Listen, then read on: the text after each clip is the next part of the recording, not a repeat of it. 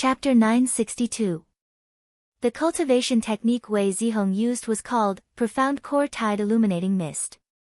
This was one of the cultivation techniques of the Yaoyin clan passed down by Tai Heng Patriarch. 3W. This cultivation technique had both internal and external aspects. The external aspect was used for attack while the internal aspect was used for defense. It was known as one surge and one surge, like a tide beating the shore, one rise and one pull, like a dragon turning over, one rise and one soar, seeing the spirit in the core. Originally, this cultivation technique required a flood dragon to practice to achieve twice the result with half the effort. However, after Tai Heng Patriarch abandoned the devil and entered the mystic realm, he changed it slightly. From then on, human cultivators could also practice it. This cultivation technique contains several variations of divine power. The more profound one's cultivation technique was, the more powerful the divine power would be. Although it wasn't the best for cultivation, it was extremely powerful for fights of magical powers. The moment he made his move, even though it was only for a moment, the people of Chan Palace with deep mana also noticed it. Seeing that he had killed a cultivator who was similar to them with just a raise of his hand, they were instantly shocked. However, they still had enemies in front of them, so they didn't care about what happened outside and only intensified their attacks. A moment later, all 4 elders of Frost Maple Island died in their hands.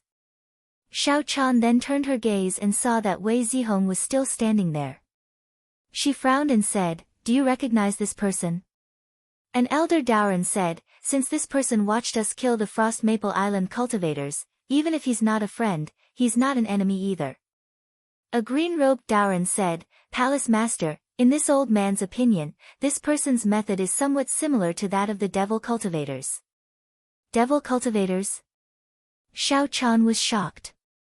She hesitated for a moment and said, "Send someone to ask why he's here."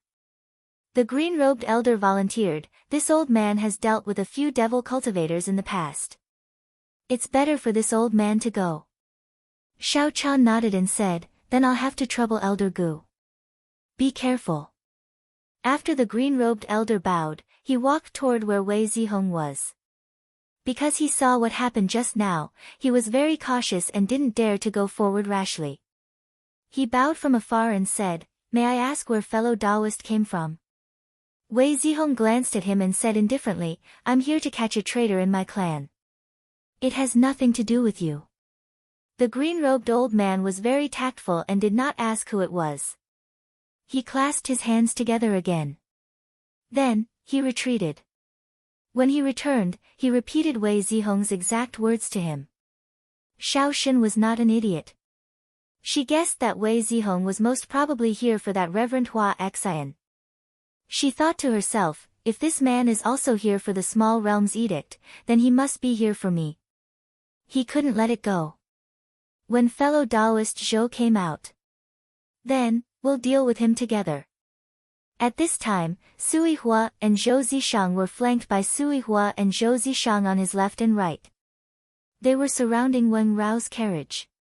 However, even though the two of them had joined forces to fight the enemy, they were still on guard against each other, and for the sake of preventing the enemy from spying on them, they hadn't utilized their full strength. Under such circumstances, although Wen Rao was forced into a difficult situation, he was still able to hold on. However, he couldn't go on like this. Sooner or later, he would run out of arcane energy. "So," he said loudly, "you two, I have no enmity with you. Why are you forcing me? Tell me what you want. As long as I have it, I will give it to you." Sui Hua didn't say a word. He wouldn't tell them about the talisman. If they knew the reason and refused to yield, and instead used the talisman as a threat, he would be forced into a passive position. Therefore, he would rather kill them first and then slowly search for the talisman. Zhou Zishang didn't reply immediately. His eyes flickered, and his attacks paused slightly. Obviously, he was calculating the gains and losses. When Rao felt the pressure on him lightened a lot after he said this. Obviously, this matter was negotiable. His spirits were lifted, and he was full of anticipation. Sui Hua saw this and couldn't help but sneer. If Zhou Zishang could see it clearly, he wouldn't have said the truth. After a short moment, Zhou Zishang seemed to have finally made up his mind, and he said, "Sect Master Wang, forgive me for being rude, but if you're willing to surrender and swear that you'll definitely hand over the things we want, then I can guarantee your life." Wang Rao didn't believe Zhou Zishang's words. If he did that, he would really lose control of his life. However, he at least knew that Zhou Zishang was really after something, and not because of personal enmity. So, he said in a negotiating tone, "Fellow Taoist Zhou, I trust you, but I don't trust Hua Xian. I took him in with good intentions, but he coveted the thing I have. Without a doubt, he has the nature of a wolf. I am willing to sign a contract with fellow Taoist Zhou. As long as it's not my life, I will give it to you. But fellow Taoist Zhou must promise me one thing, and that is to kill this guy with me." Zhou Zishang sighed and said, "Sect Master Wang, I have signed a contract with this enlightened Master Hua Xian long ago. Don't try to drive a wedge between us. That thing can't be taken by me alone, so I hope you can help me." At this time, Sui Hua also said, "Sect Master Wang said something very well. There is no enmity between us. If you really do as fellow Taoist Zhou said, I have no intention of taking your life." Wang Rao looked at the two of them and laughed. Then, he said with a ruthless expression, "Do you think I'm easy to bully? Don't try to trick me. It's just a fight to the death." Zhou Zishang shook his head and said, "If that's the case, then I'll have to take it myself." He waved his hand, and a golden light flew out from the high cloud. In an instant, it pierced through the clouds, and with a shrill whistle, it pierced down. Wang Rao didn't dare to take it head-on. He hurriedly took out a jade talisman and used it to block the attack. Sui Hua showed a mocking expression. Frost Maple Island's founding master Xiao Zhu was able to fight with Master Lingya, and his disciples had fought with Yu Xiao's disciples several times. Yet, this Wang Rao didn't even recognize this star god Golden Thorn. He really didn't deserve to be a sect master. There were 7 types of needles, and each had its own use. This one was called Green Pivot Golden Thorn, and it was used to break protective magic treasures. As expected, the golden thorn pecked the talisman, and with a crack, it shattered the talisman into pieces. Then, it turned around and attacked the dragon-head golden chariot. Wang Rao hurriedly used his transcendence energy to open the chariot's restrictions. But under Zhou Zishang's control, the golden thorn pierced dozens of times in an instant. Not long after, the light on the chariot dimmed, and it looked like it was about to shatter. Sui Hua saw an opportunity, so he secretly grabbed a handful of lightning beads and threw them down. Wang Rao was shocked, and he hurriedly escaped from the chariot. Just as he left, the golden chariot was blasted into pieces by the lightning. At this moment, the golden thorn pierced again, and he hurriedly took out a golden ring.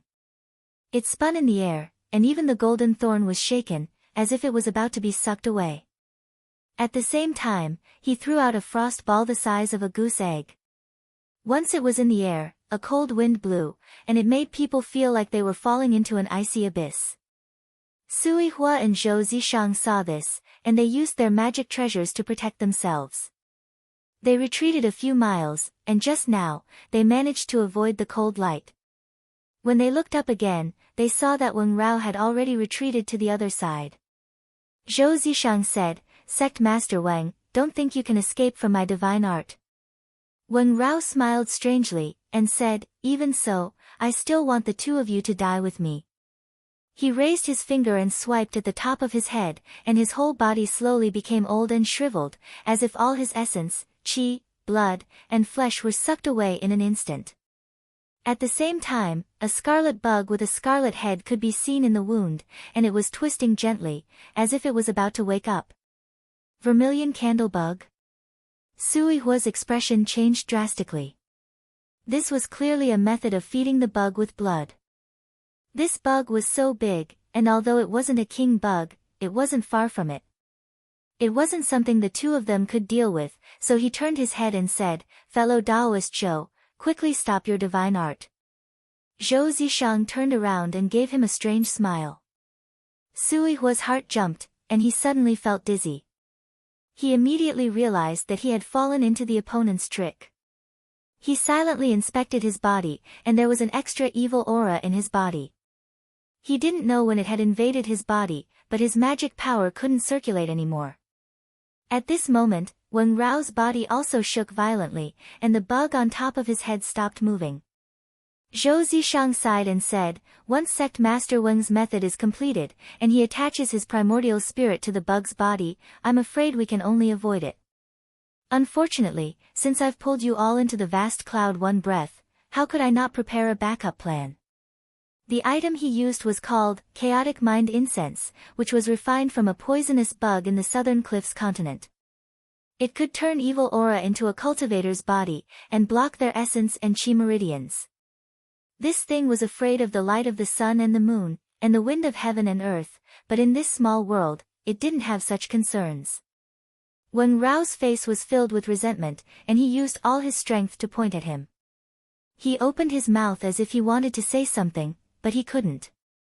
Then, he fell forward and fell off the cloud.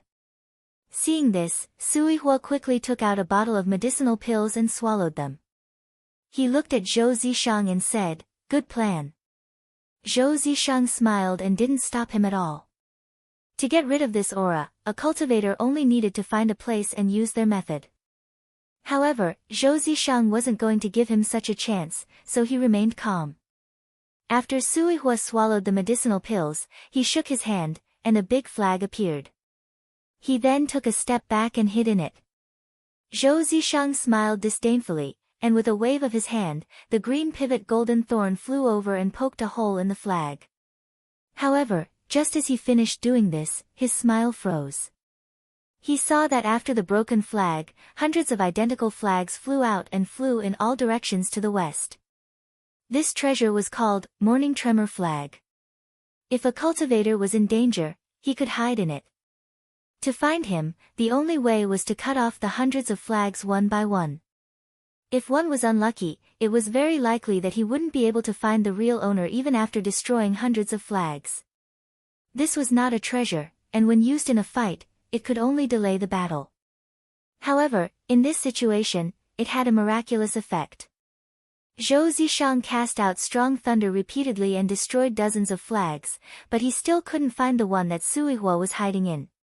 He knew he had made a mistake.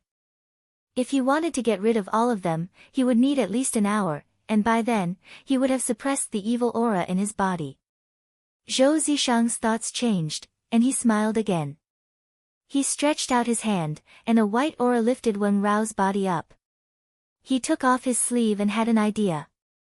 He couldn't help but laugh, "So it's here. Fellow Taoist Su, since you don't want to take it, I'll accept it." Chapter 963. Although Sui Hua was hiding in the magical flag, he was still paying attention to the movements outside. When he heard Zhou Zishang's words, there was a moment when he couldn't help but want to rush out. However, the evil aura on him hadn't been removed yet, so he could only endure it. After the time it took to finish a cup of tea, he finally suppressed the evil qi and hurriedly swallowed a few medicinal pills to ward off evil and expel poison. Only then did he put away the Skysore treasured flag and walked out. He cupped his fist and said, "Fellow Taoist really obtained the decree. Then I have to congratulate you." Zhou Zishang laughed and said, "Now that the 2 talisman decrees are complete, why don't we open the small world now?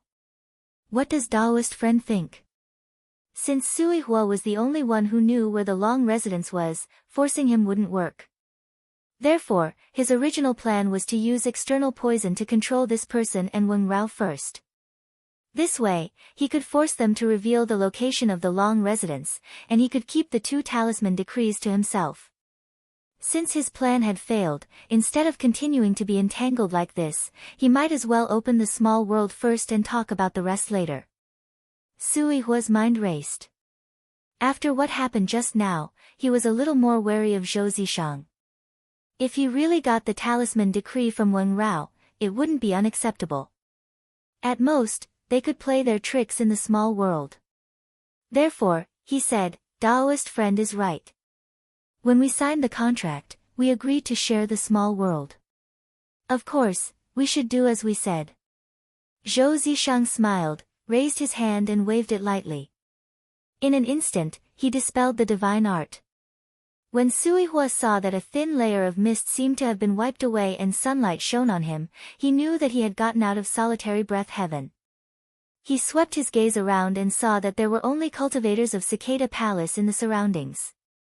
He didn't see anyone from Frost Maple Island. He knew that they had either escaped or been completely killed by the other party. He couldn't help but curse at his incompetence. When Xiaoshan saw Zhou Zishang coming out, she stepped on a cloud and went up to him. She looked at him and asked, "Daoist friend Zhou, how is it?" Zhou Zishang said in a deep voice, "Don't worry, Daoist friend. Wen Rao is dead, and I got the item." Xiaoshan was delighted. She said, "Then how about coming down?" But Zhou Zishang stopped her from speaking and glanced at the elders of Chan Palace intentionally or unintentionally, saying, "Fellow Daoist, don't be anxious. That place, the less people go, the better. The more people there are, the more eyes there are, it's inconvenient." Xiaoshan understood what he meant and nodded lightly. "Fellow Daoist's words make sense. Please wait for a moment. Once I've settled the matters in the palace, I'll follow the two of you." After taking a few steps, she glanced into the distance but didn't see Wei Zihong's figure.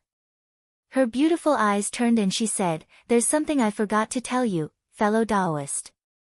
Just now, when the two of you were fighting Wen Rao, a cultivator from overseas came.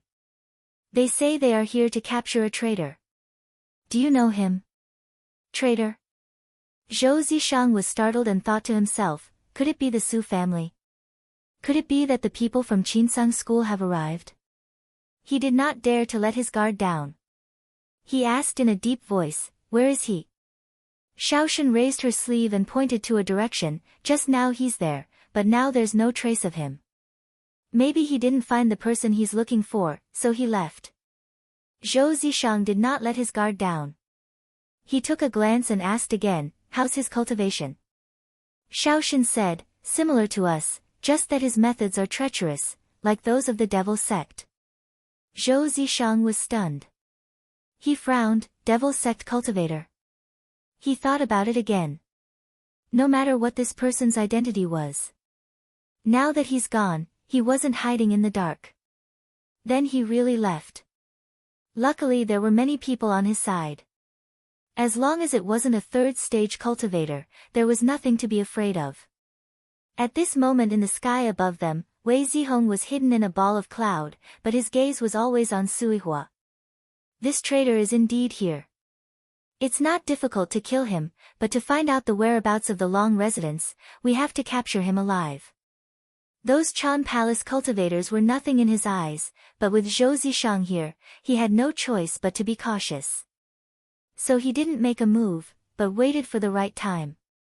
After Xiaoshan and Zhou Zishang finished talking, she turned to the few elders in the palace. She said with a solemn expression, "Elders, I'll be going to that small realm with Zhou Zishang later. We'll leave a mark on the way, so you can pretend to leave and catch up later." One of the elders was tempted, "Palace Lord means to snatch that place." Xiaoshan shook her head, "I don't have such intentions, but it's hard to predict a person's heart, so it's better to be on guard." That elder echoed, "What Palace Lord says is right." After a few more words of discussion, the elders bowed to her and flew into the sky. Zhou Zishang waited until this group of people had disappeared before he raised his head and said, "Fellow cultivator Su, please lead the way." Sui Hua bowed and turned into a ray of light, flying first. Zhou Zishang and Xiaoshan also flew into a ray of light and chased after him. They were only slightly behind him. When Wei Zihong saw this group of people flying in the same direction, he pondered for a moment and also followed them. After flying for half a day, the three of them arrived at the Stone Forest Island. Sui Hua found the entrance to the underground palace and landed. He pointed down and said, "The realm gate is there. Fellow Taoists, please follow me." After that, he walked down first. Zhou Zishang and Xiao Shen exchanged glances and also entered the inner room. Sui Hua did not play any tricks and led the two of them on the right path. Not long after, they arrived in front of the two spell altars. He slowly walked up to the spell altar on the left and said, "Fellow cultivator Zhou, please go to the spell altar on the opposite side. We'll work together and activate the talisman to open the realm gate."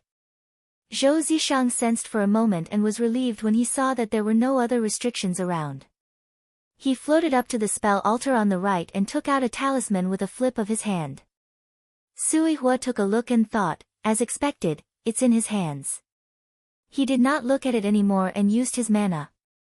Not long after, the stone mirror in front of the two of them started to ripple like water. Zhou Zishang did not dare to delay and used 2 fingers to clamp the talisman. He used his mana and in an instant, as if the surface of the water was hit by a large rock, the stone mirror exploded with a bright light.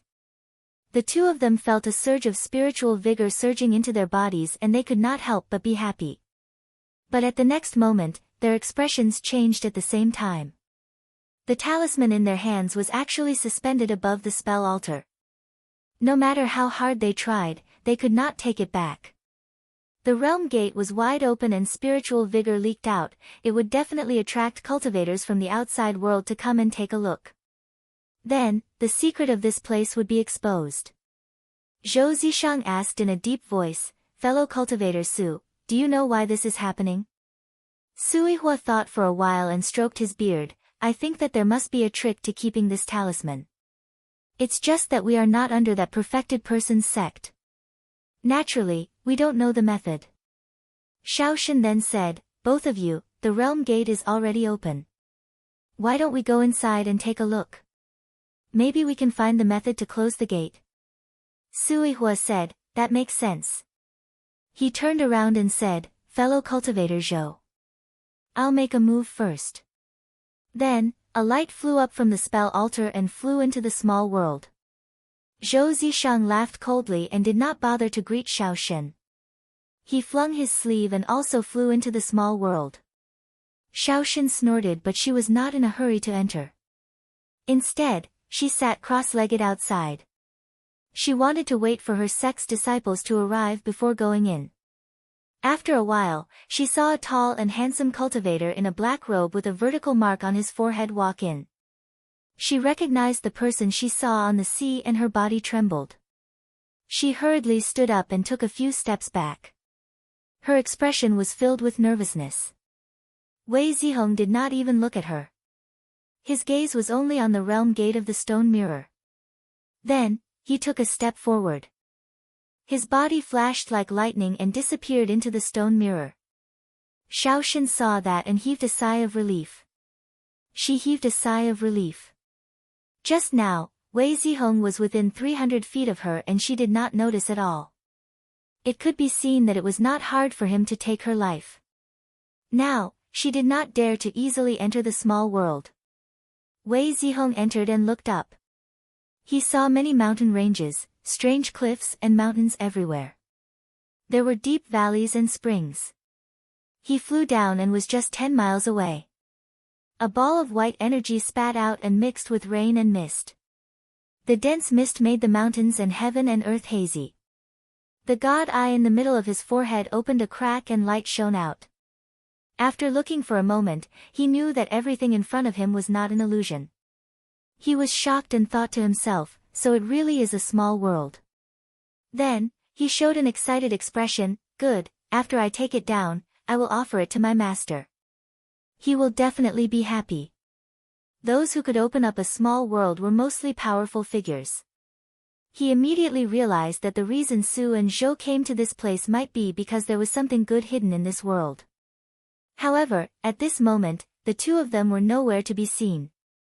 He took out a stick of incense, covered it with his hand, and shook it gently. The smoke split into 2, each heading in a different direction. He pondered for a moment, then flew up and chased after one of the smoke. At this moment, there were 7 rays of light that entered the inner palace. When they arrived in front of Xiao Shen, they all bowed and said, "Greetings, Palace Master." Xiao Shen said, "Everyone, please rise." The green-robed elder looked at the stone mirror and said excitedly, "Palace Master, is this the realm gate? If we can get this place, our Chan Palace will prosper." Shaoshan frowned and said, "It is not that easy. Zhou Zishang, Hua Exingenren and the cultivator from the outer endless sea that we met half a day ago are all inside. I need the three of them to follow me. Elder Wen, you stay here. Set up a formation with the rest of the people to guard the gate. Don't let anyone in." The green-robed elder immediately agreed, "Palace Master, don't worry and enter. The Chariot Island sect master is dead and the sect has no time to care about external affairs. Just now, Frost Maple Island has been defeated by me. On this Fengling Ocean, only our Chan Palace is powerful." Shaoshan nodded and selected 3 elders to come out. They entered the small world together. However, the people here did not know that at the same time the realm gate opened, the fierce wind that was howling endlessly on the sea suddenly stopped. Then, it turned from strong to weak, and the wind gradually weakened. This change was immediately sensed by Chu Shang, who was waiting in the outer endless sea. When he arrived at the seaside, he looked around and found that the current wind was only a bit stronger than the whirlpool he came from. If he was a bit more careful and used magical treasures to protect himself, he might be able to break through. However, he was not sure how long this change of wind would last. If the wind returned to the previous state halfway, it would be bad. But he had already wasted a lot of time. Now that he had this opportunity, how could he miss it? After thinking for a long time, he decided to take a risk. He shook his body and turned into an ink carp that was more than 600 feet long. He knocked away the strong wind and rushed into the depths of the sea. Chapter 964. In the Windhill Inner Sea, a black-scaled carp crashed into the water wall and leaped out of the sea. After flying several hundred feet high, it turned in the air and transformed into a human. Chu Shang stood in the air and looked around. Before he came, he had already found out about the forces in the sea realm. The places where Sui Hua sought refuge were none other than the 5 Horses, the Cicada Palace, and the Frost Maple Palace. This place was the closest to the Cicada Palace, so he planned to start exploring from there. After flying for a few miles, he stopped and turned his head violently, looking towards a direction. Between the sea and sky, there were streaks of spiritual light spreading and swaying, like auspicious clouds. He was shocked and exclaimed, "Paradise." But when he looked again, he shook his head. He had once cultivated in one of the 3 pools, the Surging Waves Lake. Although there were some similarities in his senses, the spiritual vigor here was clearer and more abundant, as if there was a bottomless ocean flowing underneath. In comparison, it was a notch better than the former. Especially at this moment, the spiritual opportunity on the sea was gathering towards that place continuously, spreading for tens of thousands of miles. Even the Carp tribe's elder Chuyu might not be able to do such a thing. It was more like the rumored small world. He pondered, the descendant of the Su family just came here and such a strange phenomenon appeared. Could it be related to the Long Manor? With that thought, he didn't dare to be careless. He immediately turned into a traveling light and sped towards the place where the spiritual opportunity was shining. After an hour, he was only 4 to 5 miles away from the place where the spiritual light was shining. But when he wanted to move forward, he was blocked by a cloud of mist and had no choice but to stop. After a brief examination, he recognized that someone had set up an array flag. But this couldn't stop him. With a wave of his hand, streaks of astral lightning fell down. This array was originally set up in a hurry. After getting hit by the explosion, it instantly shook and looked like it was about to break. The few Chan Palace elders who were guarding inside were alarmed and ran out to take a look. Seeing that there was no astral cloud above the person's head, it was obviously the Yuanying Dharma body. They couldn't help but exclaim, "A 3rd-stage cultivator. Where did this person come from?" The green-robed elder was still considered calm. He said, "Don't bother about this. This person is up to no good. The 3 of you, follow me to guard the formation." The other 3 elders hurriedly sat down and used their magic power to protect the formation flags. At this moment, the spiritual vigor on the sea had gathered here.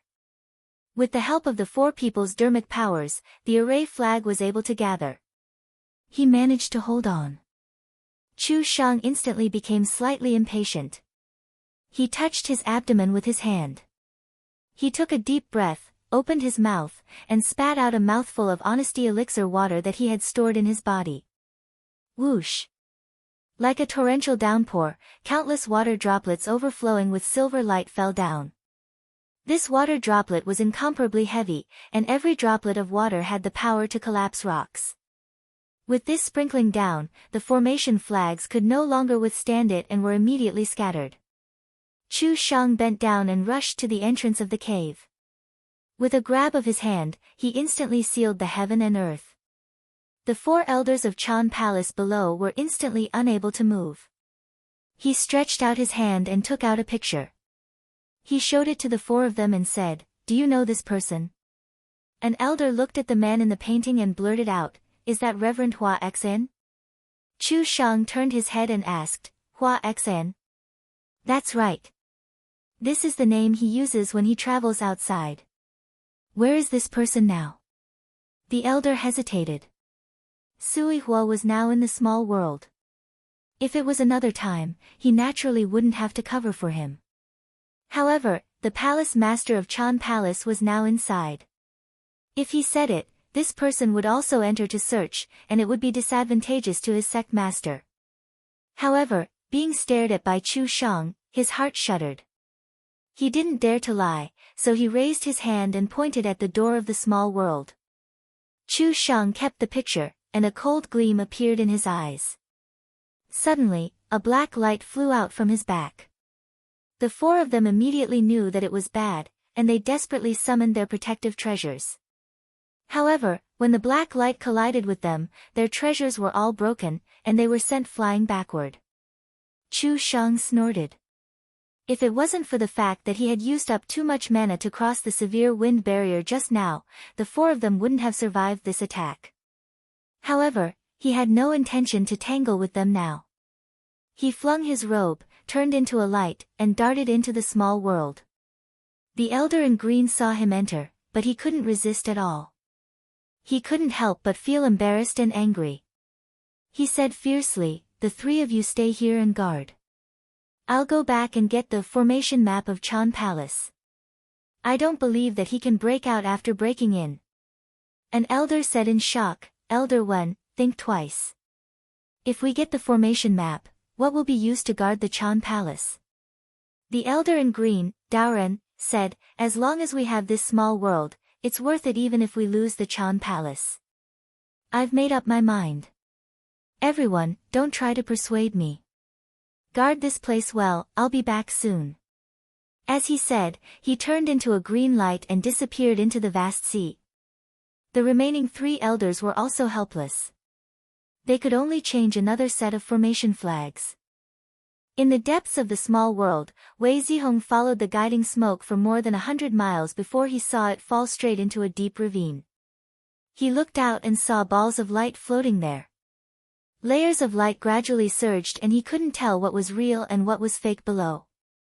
He made a hand sign and used his mana to summon a strong wind to blow away the light and reveal the true appearance below. It was a deep pool that spat out cold air from time to time. It was surrounded by frost crystals and ice flowers with branches and leaves hanging on them. They were as thick as a woven carpet. When the light shone on them and mixed with the mist, there was a seven-colored light. He sensed it and found it strange. There was actually a vigorous life force in the cold air. He took a light breath and felt his mind clear. He immediately concluded that there must be some kind of spirit essence, spirit treasure of plants growing below. The person before him must have gone down to check it out.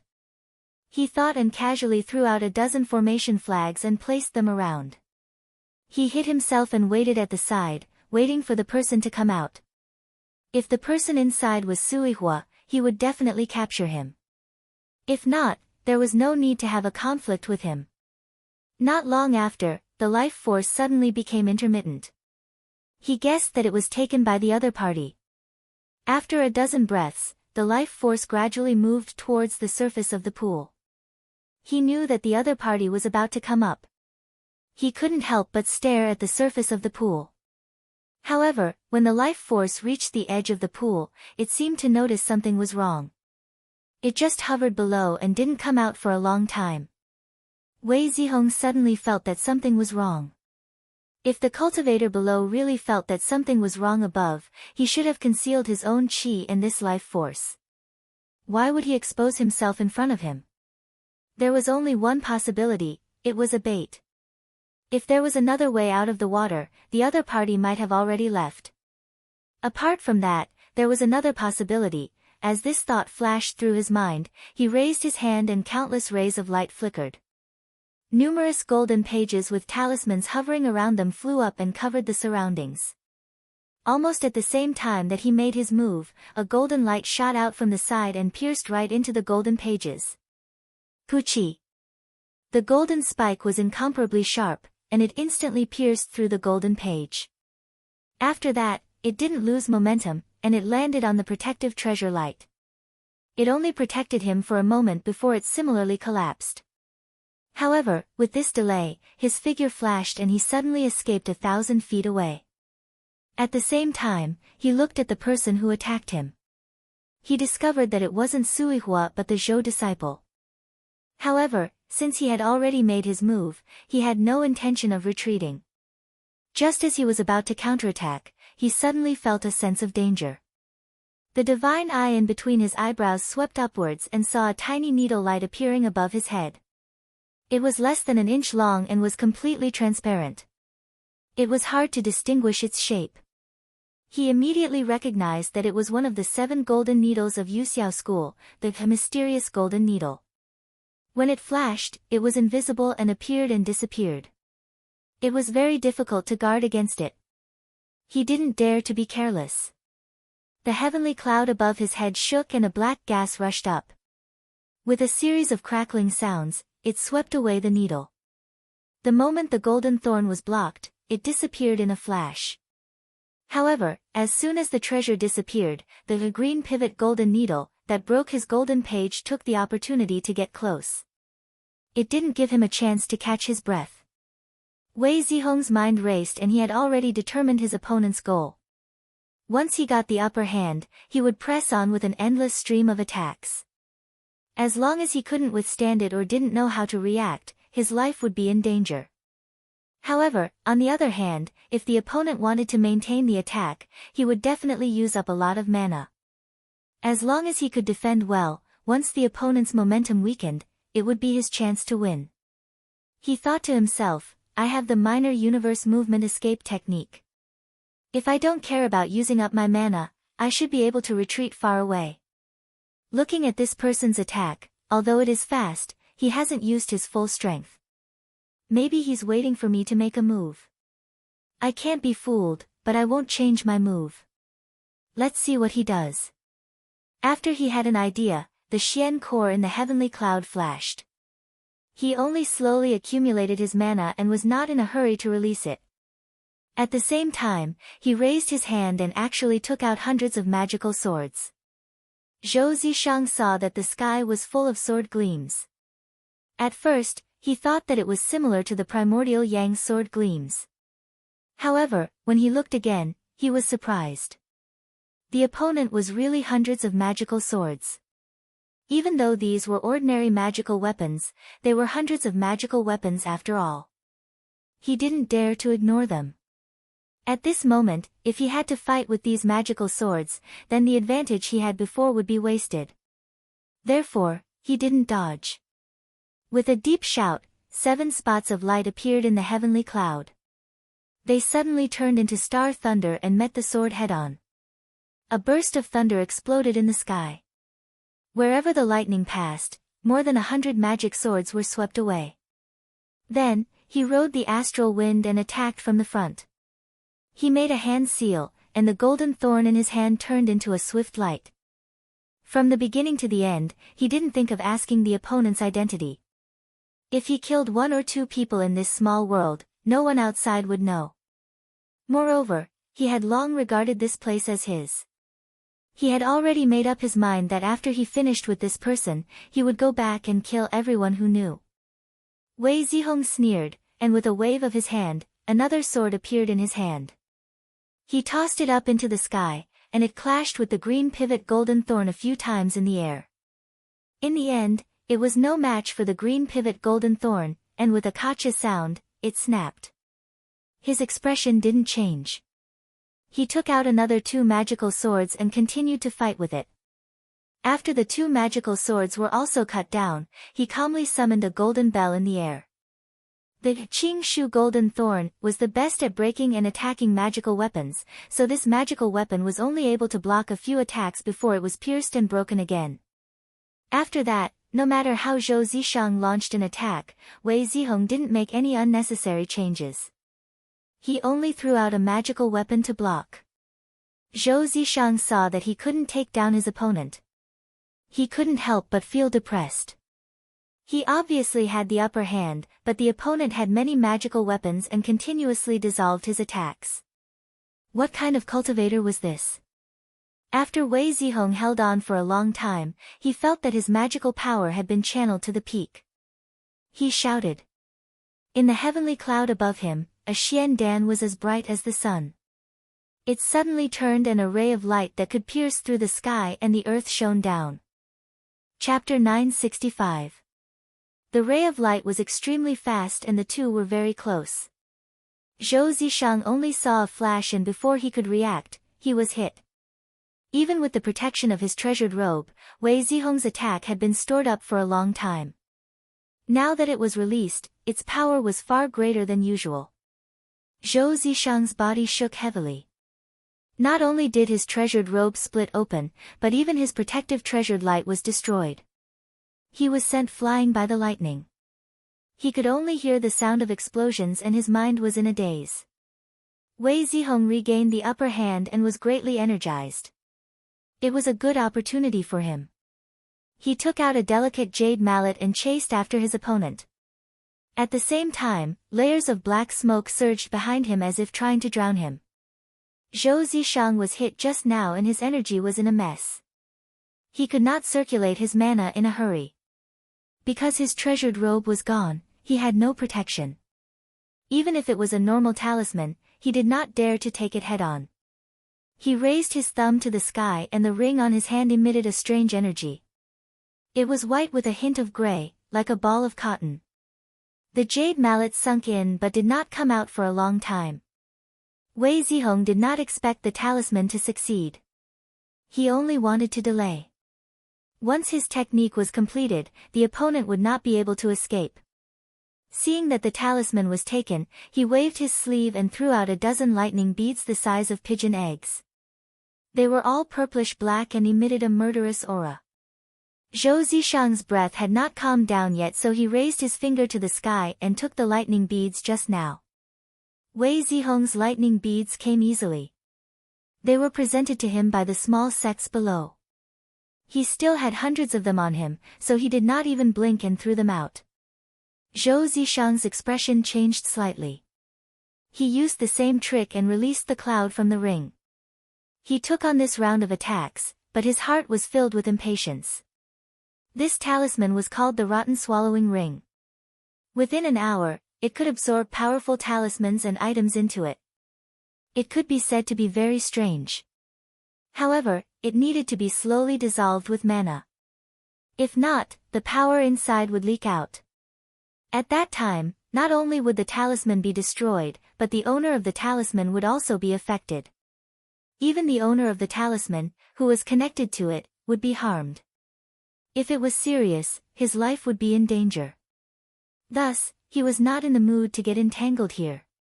He was only thinking about how to retreat. His gaze swept to the left and right, but he was shocked. Countless black smoke and fiendish fog gathered in the surroundings. Looking at it, it covered a radius of several li. How could he not know that this was a trap set up by the other party? However, he also understood that if he didn't fight with his life on the line, he wouldn't be able to leave even if he wanted to. However, the attacks from above were endless. If he didn't want to slowly look for an opportunity, he would have to pay a price. He made up his mind and gathered a bit of magic power with great difficulty, activating the protective treasure light around his body. At the same time, he took out a feather fan and gently waved it. A strong wind suddenly rose, and the mountains and rivers moved. The black smoke was stirred up by the wind, and like a drop of ink falling into water, it turned into wisps and dispersed. At the same time, the attacks from above landed, and with a kacha sound, the protective treasure light was scattered. It shook his internal organs to the point that they felt like they were splitting apart. Blood rushed up his back, and he forcefully swallowed a mouthful of salty blood. His sleeves shook, and strong winds rose up from his 2 armpits. It was like he was spreading his wings, and he escaped from the gap. Just now, Wei Zihong was continuously attacked by Zhou Zishang, and he was holding in his breath. How could he let him escape so easily? The god eye on his forehead opened, and his gaze focused on Zhou Zi's back. The latter felt his body freeze up. He was clearly conscious, but his body couldn't move. He knew that things weren't good, and he didn't care about holding back anymore. A star bead flashed on the cloud above him, and it suddenly broke apart, turning into specks of starlight. It was like broken jade glass, and it covered his entire body.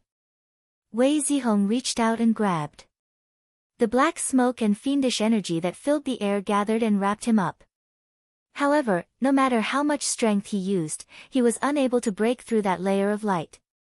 He pondered for a moment, and said, "From the looks of it, it seems like the Yuxiao school's star-steadying art." This art was one of the 16 arts of the Yuxiao school. Once the supernatural power was used, it was like the star-steadying art. As long as one's own vitality wasn't exhausted, it would be difficult for external forces to invade. Wei Zihong snorted coldly. He heard that the cost of using this art wasn't small, and the person who used it also had to bind their own hands and feet, making it difficult for them to move. Usually, it was only used to save lives, and they could only wait passively for others to save them. At the worst, he would just wait here and see how long the other party could last. At this time, on the other side of the small world, Sui Hua stopped in front of a tall mountain. This place was extremely strange. There were round stone eggs all over the slope, and strange trees grew on the mountain walls, growing out diagonally from between the rocks. From afar, they looked like countless burrs. However, in this strange place, there was a stone platform halfway up the mountain, and he could vaguely see a dilapidated temple on top. He looked for a moment, and did not sense anything strange, so he floated over to the temple. When he arrived in front of the temple, he saw that the stone tiles were broken on the ground, and the original wooden beams had long rotted and collapsed on the ground. However, this temple had a back hall, which was built on the rock wall, so most of it was still preserved. Along the way, he didn't see a trace of anyone. This temple was built using mortal methods, so it was obvious that there used to be living people living in this small world, but for some reason, there was no trace of them now. As he was afraid that the temple wouldn't be able to withstand too much of a commotion, he didn't fly, and only walked inside. After about 30 steps, he saw a cave that was 100 feet high. Inside, there was a 3-tiered altar, and on top of it was a statue of a deity. This statue didn't have a mouth or nose, only a pair of long and thin eyes, and 2 ears that were open to the back, like the ears of a deer. It was extremely strange. Under the statue of the deity was a spirit tablet, but it was made of jade, and it was covered with a thick layer of dust. Sui Hua stretched out his hand and grabbed, and the spirit tablet flew up. As soon as it left the table immediately collapsed, and a cloud of dust rose up. It was obvious that it had long rotted. He took a few steps back, and lowered his head to look at the spirit tablet. He wiped away the dust, and the words on it were already blurred, and he could only vaguely make out the 4 words, Shenmu Celestial Master. He thought for a while, and in his memory, he had never heard of such a name. At this moment, he felt his sleeve tremble, and there was an extra young man in yellow in the hall. When Sui Hua saw this person, he hurriedly bowed and said respectfully, "Jinren Qin Yang." The young man in yellow nodded at him, and took the spirit tablet. He looked at it, and then glanced at the deity statue, and said, "It really is Taoist Shenmu's spirit tablet." Sui Hua asked, "Jinren, do you recognize this person?" The young man in yellow shook his head, and said, "I have never seen him, but this person's disciple had interacted with your Su ancestor before. He was originally a cultivator of the West Continent, and was one of the few who entered the South Cliffs continent to kill poisonous insects, and established a sect over 10,000 years ago." Sui Hua came to a sudden realization, and pointed at his feet, and said, "Could it be that this small world was established by this person?" The young man in yellow shook his head, and said, "Although this person's cultivation is not shallow, to want to open a small world, he still doesn't have that kind of ability. This small world should be passed down from the hands of the ancestors." He looked around, and said, "I remember that this line of cultivators has a few techniques that sacrifice poisonous insects to fight against enemies, and they are very powerful. This sect does not select the origin of their disciples, and they accept both humans and demons. The Yuxiao school used thousands of years of effort to exterminate them, and even so, they still have their orthodoxy passed down. You can look around, and maybe you will find some opportunities." Sui Hua bowed, and said, "Jinren, thank you for your guidance." At this moment, the young man in yellow's expression changed, and he looked towards a direction. Sui Hua said, "Jinren, what's wrong?"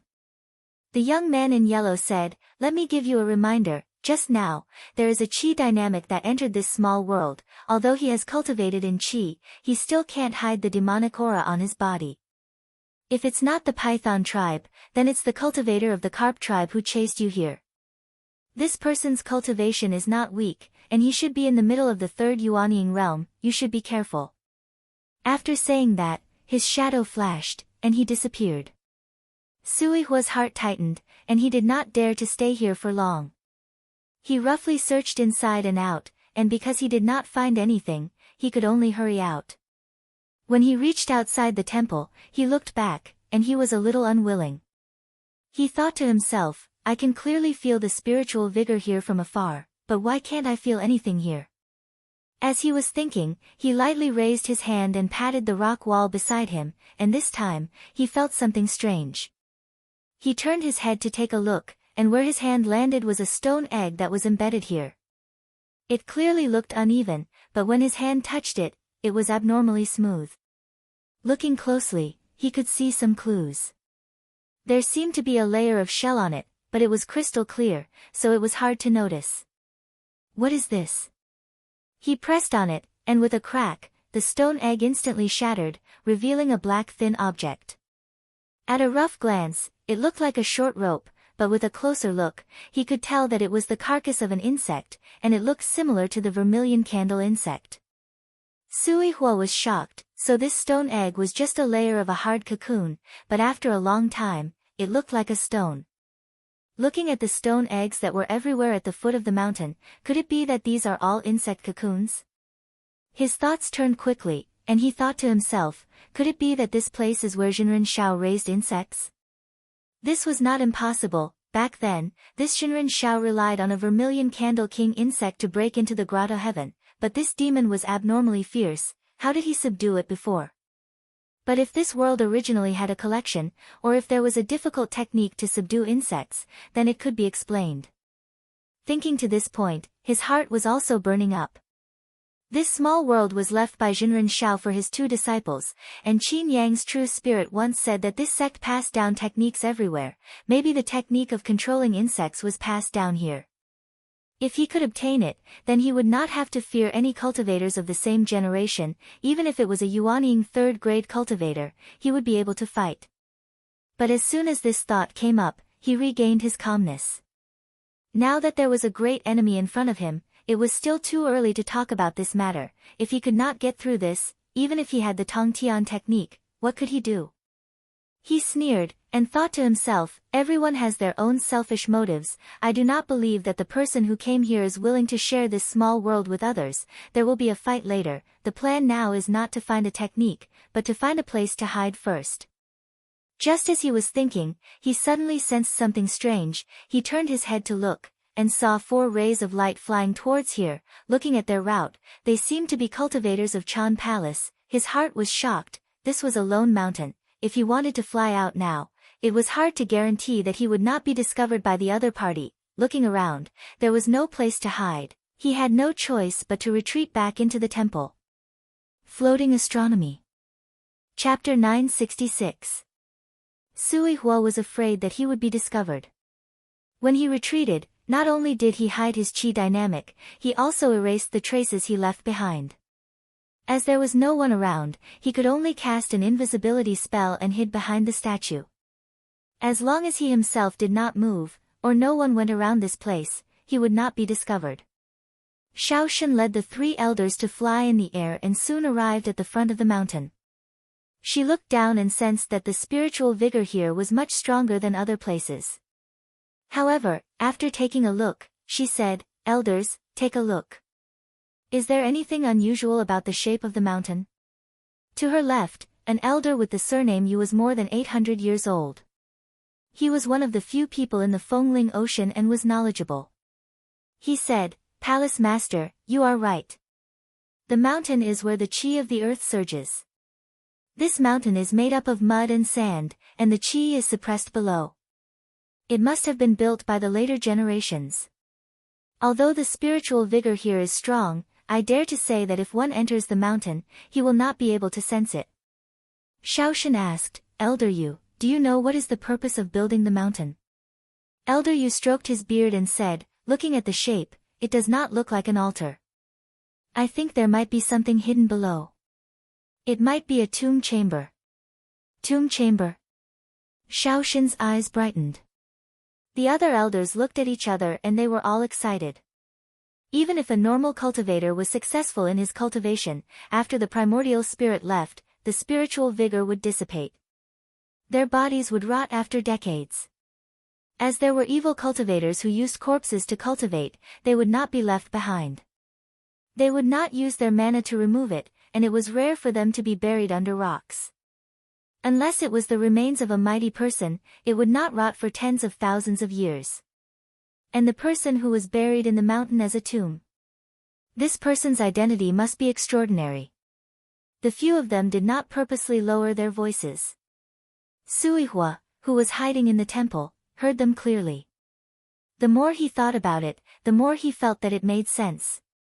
However, he was annoyed. Why did he not see it just now? This opportunity was going to be taken by these people.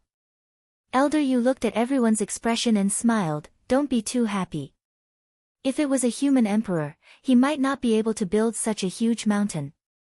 He pointed to the middle of the mountain and said, "There is a temple there. There was no harm in going there to take a look. Perhaps we can find out the origin of the owner of this place. If it's really a mortal palace tomb, we don't have to waste our efforts." Shaoshan nodded and said, "That makes sense." She led the 3 elders into the temple. Inside the cave. Seeing the appearance of the deity statue, they were also astonished and whispered a few words to each other. They were certain that the person buried here was not an ordinary person. In that case, it was very likely that he would be able to find something good at the foot of the mountain.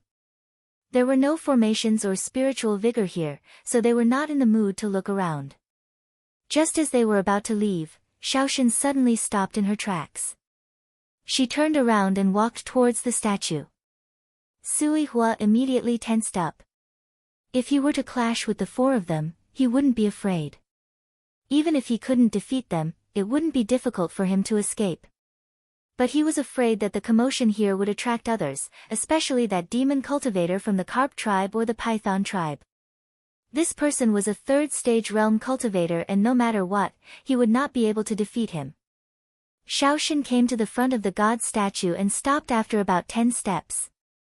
She bowed and said, "Senior, Junior will be opening my palace acupoint in a moment. I have offended you, please forgive me for being disrespectful." Saying that, she bowed deeply 3 times. After that, she led the 3 elders and left. Sui Hua then put down his worried heart. But at this moment, he started to hesitate. Previously he didn't know that there was something strange below, but now that he knew, he wasn't willing to leave just like that. He thought to himself, "It's not too late to leave after I see what the 3 of them have taken." 1,000 miles away from this mountain, Wei Zihong sat cross-legged in the air.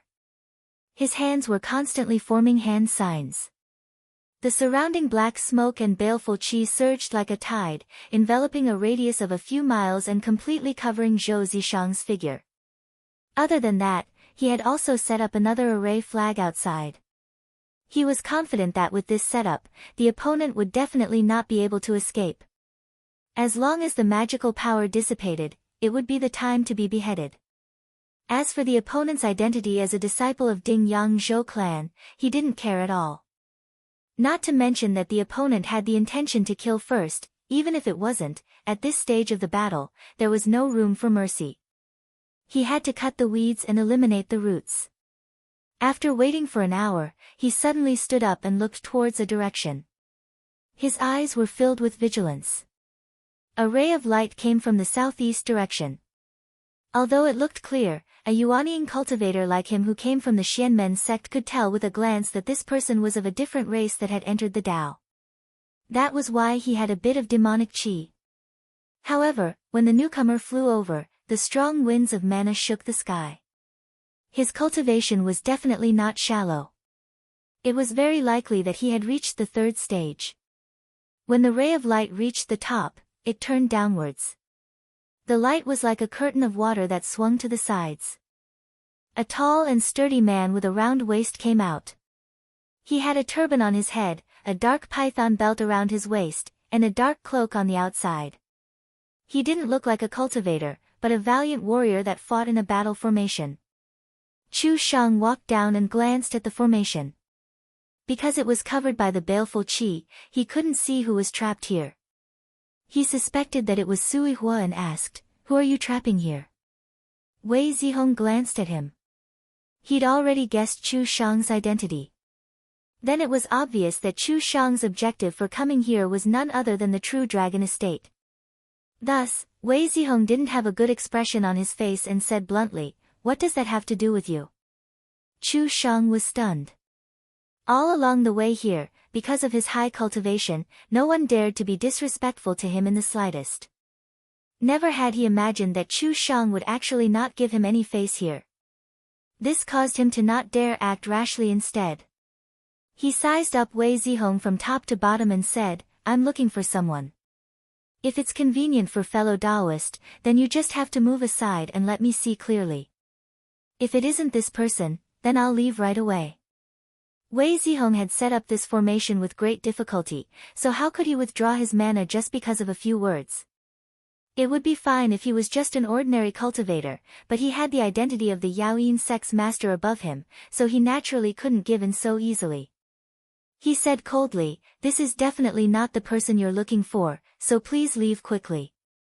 When Chu Shang heard this, he was extremely displeased in his heart, and killing intent floated between his brows. However, he guessed that Wei Zihong had a background, so in order to avoid any more trouble, he endured it and asked calmly, "If you're not a cultivator from the Fengling Ocean, then which profound sect in the East Flower are you from? I'll be acquainted with your master." Wei Zihong smiled in disdain and waved his sleeve as he said mockingly, "Do you think you're worthy of being acquainted with my master?"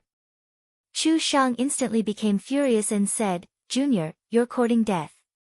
He thought that Wei Zihong was hinting that he was of a different race. In reality, Wei Zihong was only hinting that his cultivation wasn't high enough. Not to mention that there were many demon cultivators in the clear nether heavenly lake, even the Yaoyin sect's founding master had attained the Tao as a devil flood dragon, but she didn't have the slightest intention of looking down on the different races. However, he misunderstood and finally couldn't hold it in anymore. The rage from before burst forth, and he stretched out his hand to grab and instantly executed the heaven and earth lock technique. At the same time, a jet black light flew up from behind him. It came crashing down. Wei Zihong was taken advantage of. His body instantly froze, but he didn't panic at all. He forcefully circulated his mana, and his figure suddenly disappeared from where he was. He went straight to 1,000 feet away. That jet black light naturally missed as well. Chu Shang saw his escape technique. He said in shock, "Minor heavens shifting escape technique?" He hurriedly retracted his hand, and even his tone changed. Are you a disciple of the Qinsang? Wei Zihong grabbed a magic sword and held it in his hand. He raised his head slightly and said coldly, Wei Zihong from the Zhaoyu sect of the Qinsang, would like to seek guidance from fellow Taoist. He was about to attack when Chu Shang heard him announce his sect, and his expression changed greatly. He hurriedly waved his hand and said, Wait. He took a breath and cupped his hands, saying, So you're a disciple of the Qinsang Hall Master Du Zhen. Just now, it's my fault. I hope fellow Taoist won't blame me for offending you. If it was another Qinsang cultivator, he wouldn't be so afraid. However, over 10 years ago, when Zhang Yan passed by the East Sea, he once fought with the Carp tribe's elder Chu Yu on the sea. In the end, he suppressed Chu Yu, and that was still fresh in his memory. He heard that after this person returned, he killed that spiritual master Yan, which showed how strong his mana was. If he touched his disciple, it wasn't impossible for him to kill them in a fit of rage, so he didn't dare to be arrogant anymore. Wei Zihong also didn't have the confidence to defeat him. Seeing that he apologized, he also retracted his hand, but he didn't say a word on the surface. Chu Shang said, I won't disturb spiritual master Wei anymore. Farewell. He cupped his hands again and leaped up, flying away. Wei Zihong's gaze followed the escaping light further and further away. Seeing that he really left, he sat down again. A day later, there was finally movement in the fog, and a weak voice came from inside. This fellow Taoist is a disciple of Xian Gate, I'm Yu Xiao's disciple. If you let me out today, I'll remember a favor from you. However, Wei Zihong remained indifferent. After a while, Zhou Zishang's voice spoke again, If you kill me, aren't you afraid that I, Yu Xiao, will take revenge on you? Wei Zihong said indifferently, If you die here, who will know that I killed you? Zhou Zishang snorted, Ignorant person, how can you know my, Yu Xiao's secret technique? Wei Zihong was still unmoved. Since he had decided to kill his opponent, he wouldn't let go no matter what he said. Zhou Zishang was also a person who cared about his reputation. Seeing that his threats were useless, he knew that he was going to die today, so he actually laughed. At first, his voice was loud and clear, but after a while, it became weaker and weaker, until finally, there was no sound. Wei Zihong frowned, and the divine eye on his forehead opened to take a look. Looking into the formation, he saw Zhou Zishang sitting cross-legged on the ground with a finger pointed at the center of his brows. His vitality was gone, and his spirit was gone. He had actually killed himself. Yu Xiao School, Buyun Tower. Zhou Zhao was deducing a Taoist technique that he had obtained from another sect when a gust of wind blew outside the door. He was slightly displeased. This movement was obviously caused by someone escaping outside the palace and did not stop. He asked, Who is so rash? Just as he finished speaking, he saw a disciple rushing in. When he saw him, he said anxiously, Master, something bad has happened. Zhou Zhao saw his flustered look and put down the jade scroll in his hand. He frowned and said, What happened? Tell me slowly. The disciple said, I'm just now guarding the North Arch Hall, but a piece of my life plate cracked for no reason. Zhou Zhao's heart skipped a beat. The life plates of the Zhou family's disciples were enshrined in the North Arch Hall, and all the cultivators who had reached the state of Yuanying were listed. If the life plate cracked, it meant that someone had died. This was not a small matter. Since the South Cliff continent was conquered, other than the sword battle of the 16 sects a few hundred years ago, there had never been a precedent of a Zhou family disciple dying outside. He asked in a deep voice, Who is it? The disciple said, I dare not speak of my name, but I have a talisman that fell from the hall. As he said this, he held up a jade talisman with both hands. Zhou Zhao took it and saw that it was the main branch disciple, Zhou Zishang. He sighed and said, You can leave, I need to report this to eldest Xixiang. However, he knew in his heart that the Zhou family's direct disciple had mysteriously died outside, and the culprit was unknown. This was not a small matter, and it was very likely to alarm the Zenrins above. Floating Astronomy. Chapter 967. Zhou Ruiying was meditating in the Ministry of Defense's Xian Ming cave when a decree floated in with golden light. Her expression turned solemn and she stood up to receive it carefully. She then bowed and said, "Disciple Zhou Ruiying respectfully accepts the decree." When the golden light on the Dharma decree dissipated, she opened it. However, when she looked at it, a look of dissatisfaction appeared on her face. After pondering for a while, she said, "Someone, take my Dharma talisman and bring me the clan disciple Zhou Zishang's clan register." A disciple guarding the door bowed to her and said, "Please wait for a moment, Jinren." He then turned and flew out. Less than an hour later, the disciple returned with 3 jade scrolls in his hands and said respectfully, "The register that Jinren needs is here." Zhou Ruiying took a look and saw the 3 jade scrolls flying towards her. She only flipped through 2 of them briefly and then threw them aside. She only picked up the last one, the Book of Conduct and Propriety, to read it carefully. This book was especially important. In the Zhou clan, any disciple with potential would have their words and actions recorded in this book after they entered the clan. The stricter teachers would write down clearly where the disciple went and how many days he came and went. Even which divine power he practiced and who gave him pointers had to be noted down. With this book in hand, to the elders and teachers, the level of the disciple's cultivation base and when he would be able to break through the barrier would be clear. It would be impossible to hide it even if they wanted to.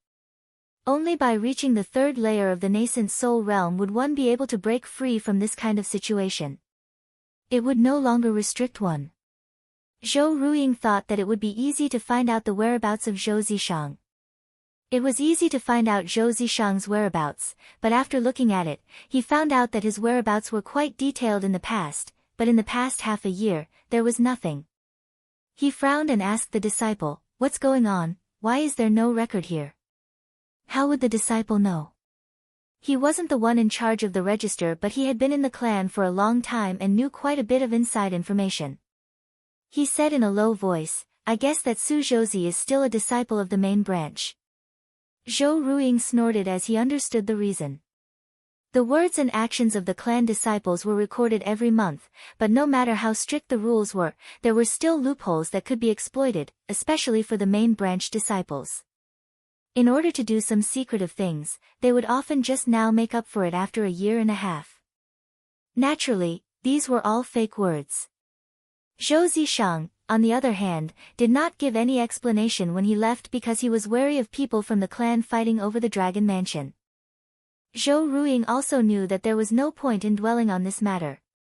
He said with dissatisfaction, "Does no one know where he went?" The disciple lowered his head, not daring to answer.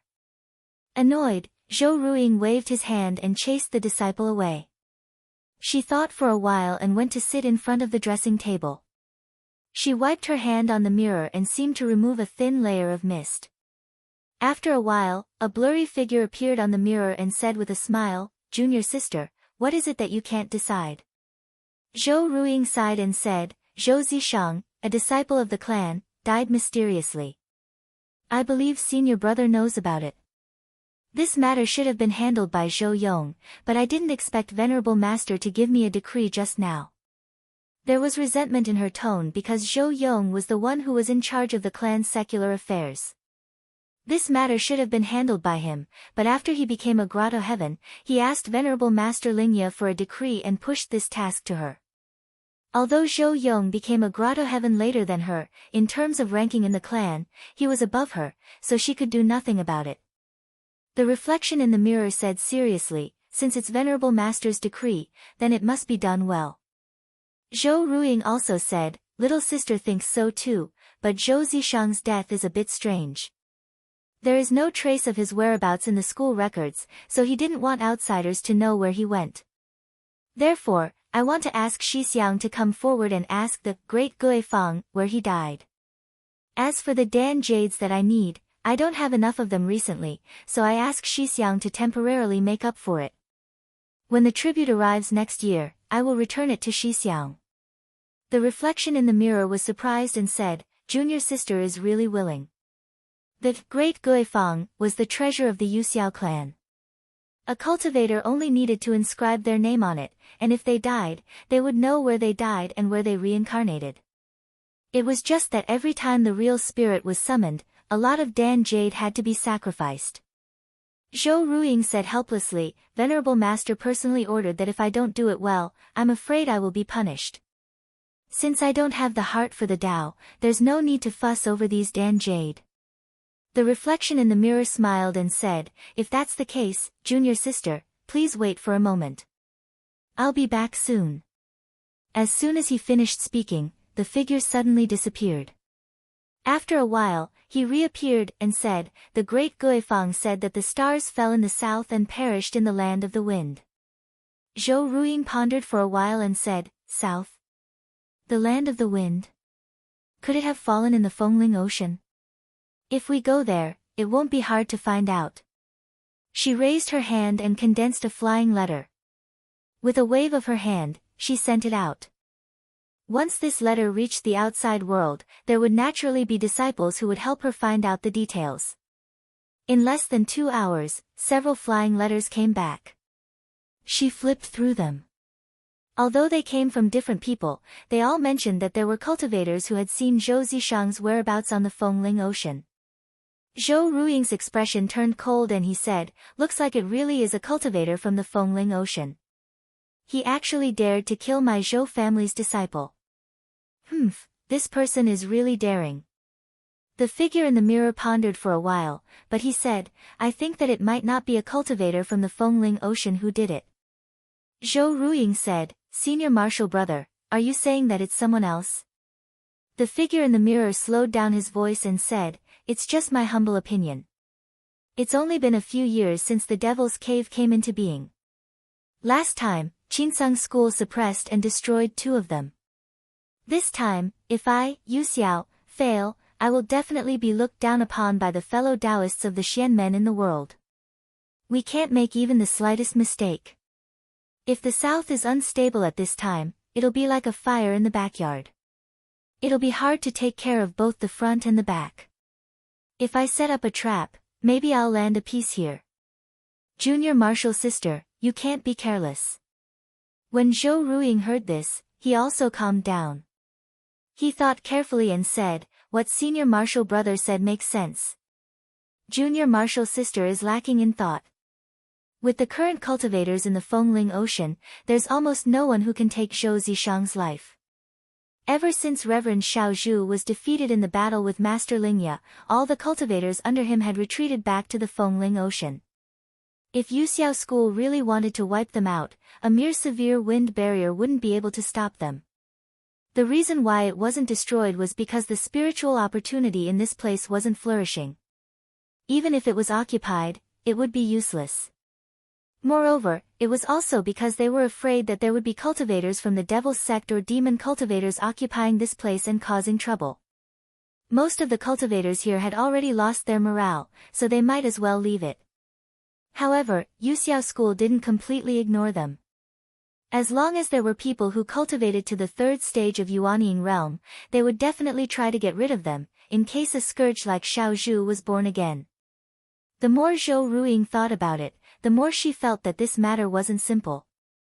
She couldn't help but frown. She had originally thought that by sending a 3rd stage realm elder over, she would be able to settle this matter. But if the Devil's Sect were to take action, they would probably be waiting for her to come knocking on their door. Although Zhou Zishang was from the main branch, but in terms of status in the sect, he was just an ordinary elder. But if a 3rd stage realm clansman was defeated outside, then the Zhou family's reputation would be tarnished. She gave a humph and said, "Looks like I have to take action personally this time." She opened her mouth and gently blew out a breath of air. It suddenly spun in the main hall and the white air was like a brocade as it slowly gathered together. In the end, it turned into a clone that looked exactly like her. Because of this clone needed to exhaust a portion of one's blood essence and vitality. If it was destroyed by someone, it couldn't be retrieved, so there were very few people who refined it. But she was in charge of the clan's affairs and usually needed to cultivate, so she needed a clone to run around for her and guide her disciples. Her previous clone had been destroyed by Sun Jian, and after that, she spent over 100 years before she managed to refine this one. With a thought, that clone bowed to her and flew up into the sky, out of the Mochi Jade Cliff, and in a flash of light, it shot towards the direction of the Fengling Ocean. In the small world, Chu Shang circled around for half a day and consecutively explored a few places where spiritual vigor flourished, but he still couldn't find Sui Hua's whereabouts. He raised his eyes and looked around. This small world was extremely huge, and he didn't know how many thousands of miles it extended. If the other party had the intention to hide, even if he used another 10 days to half a month, there might not be any results. If he couldn't find him, then forget it. But if this person took the opportunity to go to the outside world, then it would be a waste of time here. He considered and decided to simply wait for the rabbit by the tree stump, so he went to wait outside. No matter what the people who entered the realm obtained, they would eventually have to leave. He only needed to stand guard outside the door. Even if he had to wait a little longer, it was still better than searching around aimlessly in the outside world. With this thought in mind, he drove the light and flew towards the exit.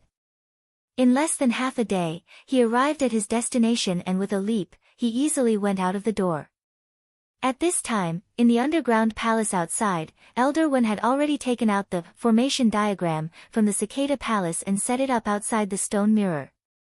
He personally guarded the northern position, while the other 3 elders each guarded one side. At this moment, an elder on the west side felt that someone came out and said, "Elders, there's movement on the mirror, be careful." Elder Wen just now had been paying attention to the spirit sea. When he heard this, he didn't dare to be careless. He turned around and said, "Did you see clearly who came out? Is it the palace lord?" The elder took a few glances and said angrily, "If it's not the palace lord, then it's the person who just now bullied us." Elder Wen was stunned at first, then he laughed out loud. There was a hint of murderous intent in his voice. "I've been waiting for this person. Today, he won't be able to come and go. Everyone, follow me and turn the formation map." The other 3 had suffered a great loss just now that they had the chance, they naturally wanted to get back at them. Because they knew that the opponent wasn't simple, they all revolved their mana and activated the formation chi with all their might. On the 4 sides, thousands of gods in leather and armor appeared.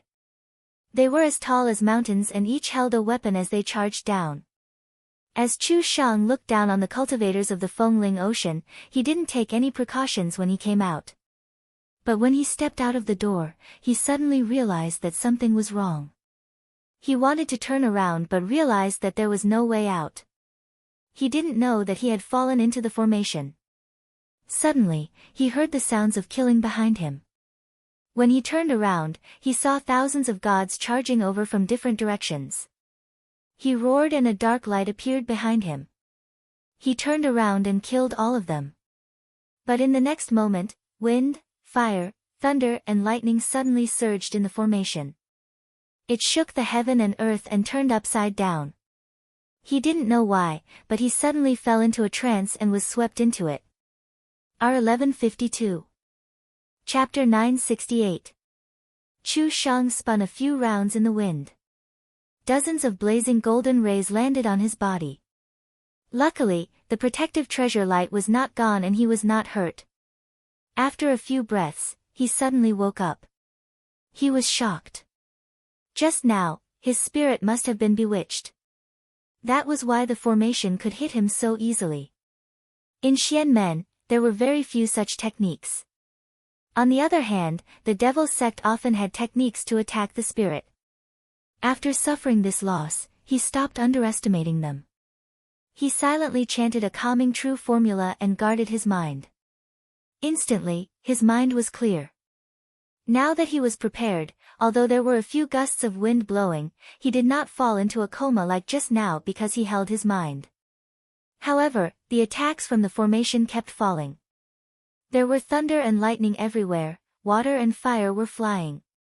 It was as if many of his peers were attacking him but they could not find their opponents. He could only use his talisman and try his best to hold up the protective treasure light to defend himself.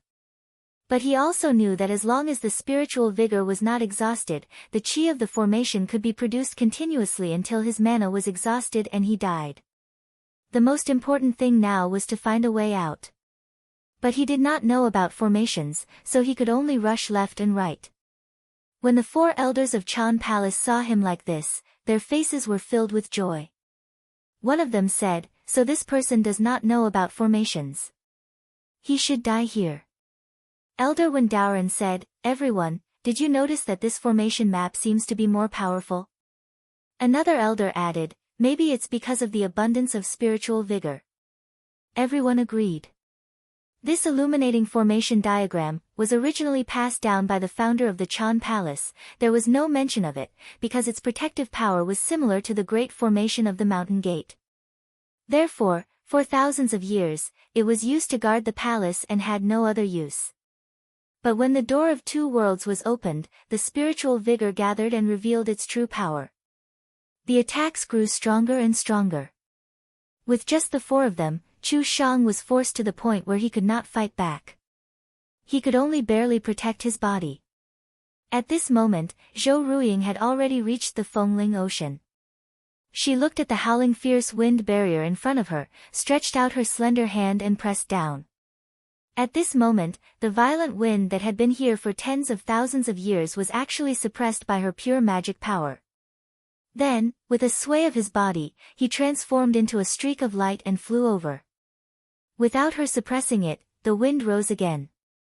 However, when she entered the sea realm, she immediately noticed something strange.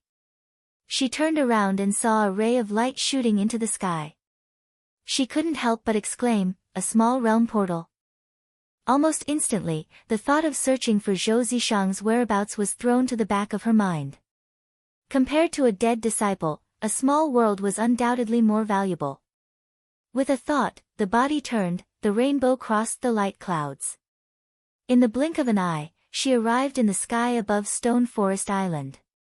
Seeing that there was a formation blocking her way, she casually waved her sleeve, and a mountainous supernatural power instantly pressed down. However, this attack only caused the formation to shake slightly. A moment later, it returned to its original appearance and did not disperse. Zhou Ruiying exclaimed in surprise. She had originally thought that she would be able to break an ordinary formation with a wave of her hand, but she had never expected that her attack would only cause the formation to shake slightly. This caused her to be extremely surprised, and after carefully sensing it, she immediately understood the reason behind it. The formation below connected the mountains and rivers in all directions. The spiritual vigor of the entire Fengling Ocean was almost twisted into one. Any external force that came would be equivalent to colliding with the sea realm. It wasn't that she couldn't destroy the entire Fengling Hai. If she came with her real body, it would be as easy as raising her hand. However, if she used this clone, it would take at least a few days. She didn't have the patience to wait like that, so she used another drastic method. She took out a spell and cut off the spiritual vigor in all directions. The spiritual light below instantly dimmed. At this moment, she raised her finger and lightly poked the formation mechanism. Chu Shang had been trapped in the formation for a long time. He thought that he had no way out today. He originally wanted to hold on for a few more hours before asking for mercy. After he got out, he would kill this group of people. However, at this moment, he suddenly saw a bright light in front of him. There was actually an extra way out. He was instantly overjoyed. He did not even have time to think about what was going on. Without a moment's delay, he let out a roar and escaped outside. Zhou Ruiying saw a ray of light coming up and thought that the cultivator below was desperate. She could not be bothered to look. With a casual flick of her finger, a ball of dazzling starlight swept across the sky. It brushed past Chu Shang's body and instantly turned his flesh and blood into nothingness. The few elders of Chan Palace below saw that a third-stage cultivator was actually killed in a flick of a finger. They cried out involuntarily, "Someone from the heavens abode?" The 4 of them were extremely shocked. They did not dare to stay here any longer. In just a moment, they all pounced forward and hid in the small world. Only Elder Wen was still conscious. Before he entered the stone mirror, he did not forget to wave his hand and kept the slightly damaged formation map. Zhou Ruiying walked slowly. In her eyes, the few people of Chan Palace were like insects. They could be dealt with easily. It was not worth her effort to chase after them. After she landed, she still had the time to look at the two altars below. With just a glance, she saw many clues. Looking at the shape, it looks very much like the work of the West Continent cultivators from 10,000 years ago. It must be a small world that has survived from the ancient times until now. She raised her hand again and caught a spiritual vigor. After a slight identification, she immediately concluded that there must be a pill jade here. Her heart, however, was filled with joy. Just now, she had given up quite a number of pill jade. Although she said that she did not mind, she felt her heart ache. But this trip might be able to make up for it. She took a few steps forward and went into the stone mirror. She raised her hand and pushed, but was blocked by an invisible force. She could not enter. She was not surprised. The mana of the heavens abode cultivators was too strong. They could easily destroy the mountains and land. This must be a restriction set by the almighty cultivator who opened up this small world in the past. It did not allow cultivators with such cultivation to enter. Even though she was just a clone now, her mana was still far stronger than the Yuanying cultivators. However, this small world was dead. As long as she put in some effort, there would be a way to enter. First, she pressed lightly and her mana surged out. The door shook and looked like it was about to shatter. She quickly retracted it and thought to herself, since I can't attack by force, I can only use gentle methods. But I'll have to delay here for a while. The four elders of Chan Palace reached the inner room and were still in shock. Elder Wen sighed and said, "We need to report this to the palace master." An elder had a sorrowful expression as if he was already in despair. He said, "What's the use? That is the enlightened abode. Just now, it's not like Elder Wen didn't see it. Even a third-stage cultivator could not withstand a single blow from him, let alone us." Elder Wen said in a low voice, looking at the appearance of that enlightened abode, he should be the Yuxiao school's abode's Zhou Ruiying. But why would the enlightened abode come personally? I thought it was just a clone. Elder Daoran said, even if it's a clone, it's not something we can fight against. Moreover, we are not enemies with the Yuxiao school. There's no reason for them to let us go. Elder Wen comforted everyone. That fellow Daoist Zhou is from the Zhou clan. He seems to be on good terms with the palace master. Maybe he can talk to me. When this was said, a glimmer of hope rose in everyone's heart. After a few more whispers, they sent out a red talisman. Shaoxin was at the bottom of the stone mountain. She had been digging for a few days, but she still hadn't found the underground palace. Now that she received the red talisman, she was shocked. This talisman would only be used in a life-and-death situation. She didn't care about searching for treasures and hurried back with the three elders beside her. When she saw them, she saw that they looked dispirited and disheveled. She asked in surprise, "Elders, what happened?" Elder Wen smiled bitterly and came up to them to tell them what happened outside. When Shaoxin heard this, her jade face also turned pale. But she was still calm and said, "It must be that fellow Daoist Zhou saw this small world and reported it to the sect, causing the abode's abode to come and seize this small world. But why is he so anxious? I have no intention of monopolizing this place. At worst, I'll just give it up." Elder Wen Daoran said, "Can you ask that fellow Daoist Zhou to intervene?" Shaoxin said, "We can try, but I don't know where he went." Elder Wen Daoran said, "Why don't we split up and look for him?" All the elders expressed their approval. But at this moment, someone in the sky said, "This person is already dead, there's no need to look for him." Everyone looked up and saw a handsome cultivator standing in the sky. There was a vertical mark in between his eyebrows. Elder Wen recognized that it was the person they saw on the sea that was suspected to be a cultivator from the Devil's Doctrine. Now that they had the advantage in numbers, he wasn't afraid. He stood up and asked in surprise, "How did you know?" Wei Zihong said, because I killed him with my own hands. Elder Wen took 2 steps back and looked at him up and down. He said with a trembling voice, you dare to kill a Yuxiao disciple. Wei Zihong looked at him and said, so what if he's a Yuxiao disciple? If he's killed, then he's killed. There's no need to make such a fuss. Elder Wen composed himself and cupped his hands together. May I know how to address you, sir? Wei Zihong raised his head and said in a sonorous voice, Qinsang School, 6th disciple of Hall Master Du Zhen, Wei Zihong. Hall Master Du Zhen. Qinsang School Zhenren Zhang. The people of Chan Palace were astonished when they heard this. 10 years ago, the battle between Zhang Yan and Yan Changshen could be said to have shaken the heavens and the earth. Many cultivators also knew the might of the people of Dongtian because of this battle. Even if they were far away on the Feng Linghai, they could still feel the monstrous mana that could destroy continents, and all of them were deeply terrified. Shaoxin composed herself and came up to bow, so it's Hall Master Du Zhen's disciple. Shaoxin greets you. The few elders also quickly came up to greet him. Wei Zihong looked at them and saw that they were avoiding his gaze. He laughed mockingly and said, just now, are you thinking that I killed someone and it has nothing to do with you? That Zhou Ruiying won't make things difficult for you?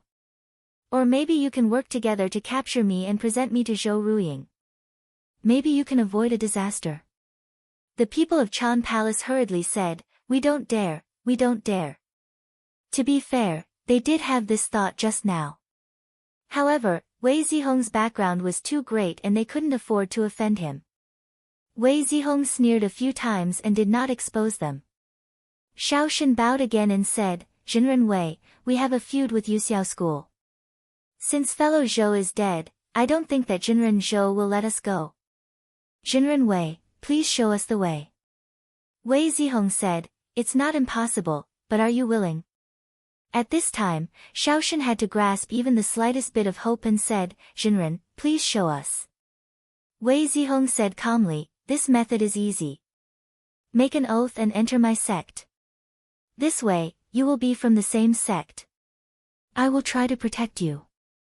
Chapter 969. Shaoxin was stunned when she heard this. Then, she lowered her head and pondered. Chan Palace also had its own inheritance. Even though the sect was small and weak, it could not be abandoned easily in the name of deceiving and destroying the ancestors. However, the meaning of these words did not seem to be for them to be disciples, but to be vassals outside the sect. It was common for small sects to submit to large sections. For example, there were many sects on the Fengling Ocean that relied on the 3 major powers. She thought for a long time before asking carefully, is Perfected Wei saying that my Chan Palace should be attached to Qinsang School? Wei Zihong said, I don't want you to enter Qinsang School. I want you to belong to my Yaoyin clan. Shaoxin was a little confused and asked, Yaoyin clan? Elder Wen knew a little about the relationship between the two. He came up and whispered a few words, briefly explaining the situation. Only then did Shaoxin understand. She felt that she could not make the decision and said, Perfected Wei, this is a serious matter. Can you allow me to discuss it with the elders? Wei Zihong did not force her and said, Palace Master Shao, do as you please. Shaoxin bowed and retreated to the side. She called everyone together and asked, Elders, what do you think? Elder Daoren said, I think it's possible. Qinsang School is a large sect of the Xianmen sect. There are 12 Taoist masters in the sect. There is a way out for Qinsang. However, there were also people who disagreed. Perfected Wei wants to borrow our strength to fight against Yuxiao. However, if this calamity passes and Yuxiao refuses to let go, Perfected Wei is Perfected Zhang's disciple and may not be able to do anything to him. However, can our Chan Palace really be safe? When the other elders heard this, they all looked worried. Shaoxin could not make up her mind. Seeing that Elder Wen did not say a word, she said, Elder Wen, what do you think? Elder Wen smiled bitterly, Palace Master, just now, when Perfected Wei tells us about him killing Zhou Zishang, our Chan Palace has no choice. Our Chan Palace has no other choice. Either we fall out with him, capture him and hand him over to Yu Shao, or we join his sect, no matter what choice we make. We'll have to offend one of them eventually. Shaoshan sighed softly and said, Elder Wen has spoken of the crux of the matter. In the end, it is difficult to satisfy both sides. Many of the seniors of my Chan Palace were defeated by the Yuxiao school. In my heart, I am biased towards perfected Master Wei. What do you all think? The elders looked at each other and said, everything is up to Palace Master. Shaoshan said happily, since all the elders agree, then it's decided. She moved with light steps. Arriving in front of Wei Zihong, she bent her knees and bowed deeply, saying, Our Chan Palace is willing to serve Yaoyin as the upper sect. As long as Jinren Wei nods, we can immediately make an oath. Wei Zihong nodded and took out a contract. The two of them swore a blood oath on the spot and engraved it. After both of them used their hand seals, the talismans trembled and transformed into two streaks of spiritual light that flew into their foreheads. Once this oath was made, they would all become members of the same sect. Although the cultivators of Chan Palace still did not know where the way out was. However, they had entered the Qinsang school's side and their expressions became much more relaxed. Shaoshan then dared to ask, how does perfected Master Wei plan to deal with perfected Zhou? Wei Zihong looked confident and said, Palace Master Shao, there are restrictions set up by the predecessors in this small world. No one from the Grotto Heaven is allowed to enter. However, if there is no one presiding over it, it won't be difficult for Zhou Ruiying to enter in 4 to 5 days at most.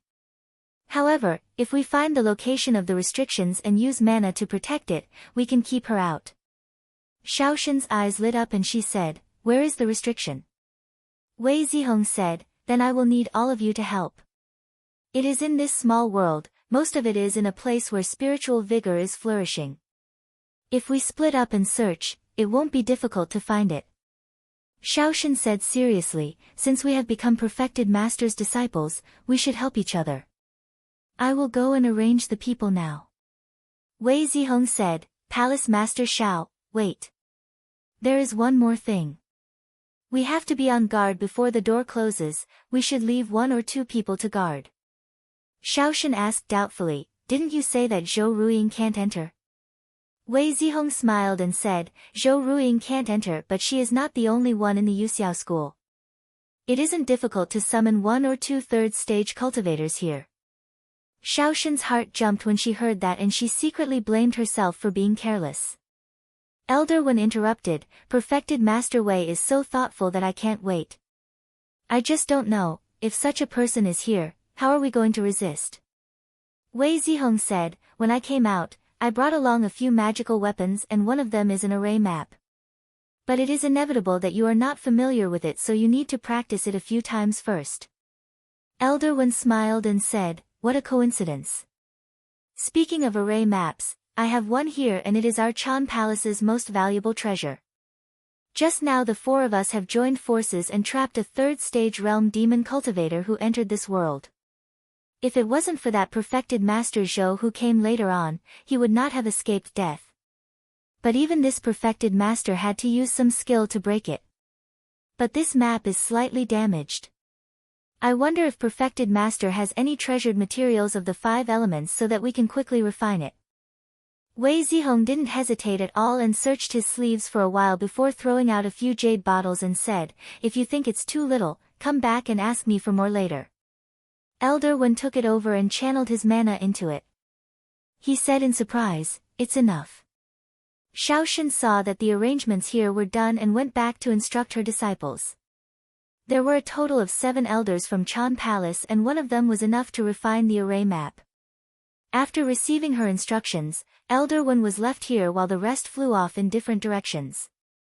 Wei Zihong looked at the crowd leaving and said, just now, I have also decided on a place. I will bid farewell to Palace Master first and will return in at most 2 to 3 days. Shaoshan took out a few talismans from her pouch and said, this is a letter from our Chan Palace. If Perfected Master has any summons, just activate this letter and we will rush over as soon as possible. Wei Zihong didn't stand on ceremony and took it over. Then a black smoke rose from his body and wrapped around him as he flew towards the horizon. When he reached the sky, his brows were more solemn. Even though he had been calm on the surface from the beginning to the end, but in his heart he knew that the words he said just now were actually just to calm the hearts of the people. After the golden pavilion was opened, he often went to read Taoist books and knew that there were too many tricks in the grotto heaven. He wasn't sure how long the restriction of this small world could last. However, he could feel that there seemed to be something that was related to his family coming over here. It was just that this feeling was very vague and intermittent. He couldn't tell when exactly it would arrive, so he could only think of a way to get everyone to work together to delay it. Every moment he could delay was a moment. One day when he was flying, he suddenly felt something flying towards his house. He raised his hand to catch it and took a look, but his eyes turned cold. This was a flying talisman used within the Qinsang school. Other than the disciples of the school, no one else could take it. Without knowing the incantation, it was hard to use it. And in this small world, other than him, the only one who could send this flying letter was the remaining evil spawn of the Su family. He snorted and flew towards the place where the talisman light came from. About 3 minutes later, he saw a high mountain range that stretched for hundreds of meters. There was already a Taoist holding a horsetail whisk waiting there respectfully. From afar, he said, "Perfected Master Wei, please come here to speak." Wei Zihong looked around in the air and confirmed that there were no traps before descending. He said coldly, "Suihua, you're quite courageous to dare to invite me here." Suihua bowed. He said, "I am also in a difficult position. If that spiritual master Zhou enters the small world, I won't be able to protect you. I have nowhere to hide. If I don't do this, I won't be able to save myself." Wei Zihong reacted quickly, frowning, "Were you nearby when we were talking yesterday?" Suihua replied, "I'm just relying on a magic treasure that can distinguish spirits through sound. It's not my own ability." Wei Zihong looked at him and said, "What do you have to say? You may speak now." Suihua saw that Wei Zihong did not shout, "Kill," as soon as he came up. He knew there was room for discussion. Thereupon he said, "The old Su wants to ask Wei Zhenren for a small advantage. Let's join hands to resist the external enemy first. As for the other matters, can we put them aside for now?" Wei Zihong did not beat around the bush with him. He asked, "What method do you have?" Suihua said, "My Su clan's treasure, the Qin Yang drum, is in my hands. I've heard that perfected Master Wei has a first-rate formation diagram in his hands. I'm willing to ask this treasure to come out and suppress this formation. This way, unless Zhou Ruiying's true body comes here, he definitely won't be able to charge in." Wei Zihong looked over with a scrutinizing gaze and discovered that Suihua's expression was calm. After a while, he said, "Let's do it like this. In 3 days, come find me in front of the Realm Pass." He was about to leave when Suihua called out to him, "Perfected Master Wei, if I hand over the true dragon manor, can the sect pardon the old Su's crime?" Wei Zihong stopped and turned around. Seeing that Suihua's expression did not seem to be fake, he said, "This is not something I can make a decision on. I need to first report this to my master." Suihua knew that what he said was true, so he sighed and said, "Then we'll talk about it after we pass this trial."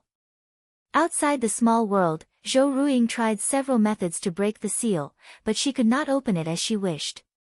Even though she knew dozens of methods, if she were to try them one by one, it would take at least 30 to 40 days. She was not willing to waste these days, so she first used her mana to form a talisman and circulated it into the void. 7 to 8 days later, a rainbow light flew to the island. When it landed, a Daoran came out. He looked to be in his 70s, his face was full of wrinkles, and his hair was sparse. He came up and bowed, saying, Perfected Master, summoned me here urgently, what instructions do you have for me?" Zhou Ruiying said, "Xia Yun, if I remember correctly, there are still 30 years left. Are you going to reincarnate?" Xia Yun said, "Thank you for your concern, disciple indeed only has 30 years left to live." There was a rule in the Yuxiao sect: if one was not a disciple of the Zhou or Wu family, the Yuanian cultivators would have to reincarnate after their 800 years of life, and could no longer cultivate in the sect. Zhou Ruiying said, "I pity that it is not easy for you to cultivate, so today I'll give you a chance to make a contribution. This small world in front of the door, if you can take it down, I can go to my Shixiang and ask him to give you another 100 years, what do you think?" Xia Yun seemed to be surprised and happy at the same time. He showed a grateful expression and bowed. Xia Yun is willing to accept perfected master's kindness. Zhou Ruiying was satisfied. Good, don't delay anymore, go quickly. Xia Yun bowed again, and without hesitation, he stepped into the realm gate. Once he entered the inner room, he saw lightning, wind, and fire descending from above. He knew that there was a trap on the other side, so he stopped moving and immediately took out a talisman that looked like a tower. He sat inside. He did not try to break through the formation, he only focused on defending. In his heart, he was very clear that the people in this small world were not easy to get along with, otherwise, Zhou Ruiying would have found his own people long ago. Why would he give the credit to his own family? If he really listened to him and risked his life, his death would be in vain. Therefore, he was prepared to stay here for a few days, and when it was about time, he would retreat. At that time, Zhou Ruiying could not blame him for not doing his best. Floating Astronomy. Chapter 970. When Xia Yun barged into the array, Elder One was the one in charge of the array. Seeing that the former was only defending and had no intention of advancing, he initially thought that he was pretending to be weak and wanted to wait for them to relax before attacking. But after a long while, he was still not moving and couldn't help but be surprised. But thinking about the rules of Yuxiao sect and recalling the person's appearance, he had some guesses. But out of caution, he didn't really relax. 3 days later, he gradually felt that his mana was not enough and said, "Elder Yu, we need to take a step back to recuperate, please come up and take over the palace lord's position." Elder Chan Palace and Shaoshan had a total of 8 people and the array only needed 4 people to be in charge, so they were split into 2 groups. In this way, they could take turns and their mana would not be depleted. Elder Yu Daoran agreed and first went up to take over Shaoshan's position.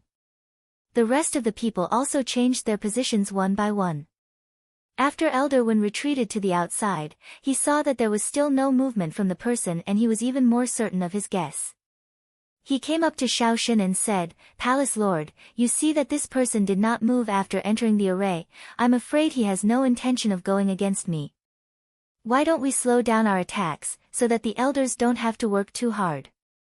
Shaoshan was a little worried and said, "Could this person be playing tricks?"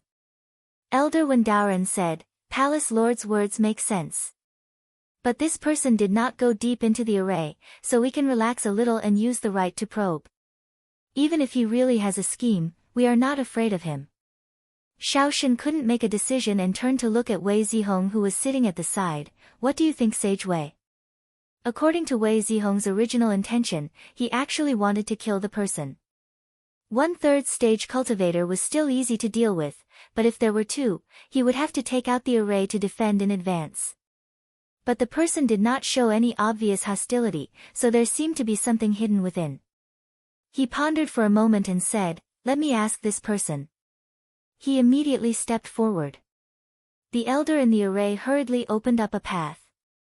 He did not go too deep and stood still on a position, asking, "Who are you? Why are you here?" After a while, a voice came out from the tower, "I am Xia Yun. I saw a small world here, so I came here to investigate. May I ask which fellow Taoist is this?" After Wei Zihong heard this, he immediately understood that this person was a disciple of the Xia clan. It was likely that he was unwilling to follow Zhou Ruiying's orders, so he made such a move. He didn't reply and retreated from the formation, saying, "We can slow down our attacks." Shaoshan didn't ask for the specifics. He immediately ordered, "Everyone, follow Venerable Wei's orders." Elder Yu and the other 3 elders retracted some of their magic power after receiving their instructions. With this retreat, the formation's chi was reduced by 30%. Xia Yun immediately felt the pressure on him lessen greatly. He knew that just now introducing himself had an effect. However, he was also tactful and remained motionless. The longer he persisted, the more it showed that he was contributing. Later on, when he went out, he would have an excuse. 5 days later. Xiaoyun had used up all the elixirs in his body and his magic power was also gradually running out, so he didn't force himself anymore. He kept the pagoda and stumbled towards the realm gate. When he was outside, he tumbled to the ground. He struggled to get up and panted, "Disciple is useless, I have failed Venerable's trust." Zhou Ruiying looked over and saw that he was in a sorry state. He said unhappily, "What, you can't even take down a few people?" Xiaoyun lowered his head and said, "Disciple just now entered and thought that I could succeed, but I didn't expect the other side to set up a formation in front of the gate. Disciple tried everything, but still couldn't get out. Disciple is useless, please punish me, Venerable." Zhou Ruiying didn't think that Xiaoyun would agree on the surface but oppose on the inside. He was just annoyed that he was useless. After asking for a few details, he said, "Forget it, I can't blame you. I've seen that formation before, it's not easy to break through. I already have some ideas, wait at the side, I might need your help later." Xiaoyun hurriedly said, "Thank you, Venerable." During this period of time, Zhou Ruiying also thought of looking for another person, but after thinking for a long time, he finally gave up on this idea. This time, in order to ensure that his family could suppress the demonic cave, Yu Xiao sent out many third-stage foreign cultivators to guard one side to deter the Devil's Doctrine cultivators. If only Xiaoyun was sent out, it might give the Devil's Doctrine an opportunity. If she found another person, there would be a flaw in the defense, and the blame would fall on her. As for the Zhou disciples in the family, there were many suitable ones, but without Master Ling Ya's permission, she couldn't order them around. But maybe she was lucky, after trying less than 5 kinds of prohibition, she actually found the right way. Even if Xiaoyun didn't come out, she would personally lift the prohibition. After concentrating for a long time, she pointed at the realm gate.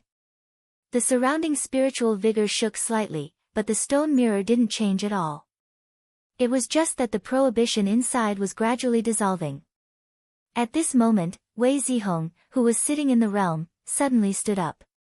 His eyebrows opened slightly, and he stared at the realm gate for a while, saying in a deep voice, "Zhou Ruiying has found the way to break the prohibition." When everyone heard this, they were all shocked.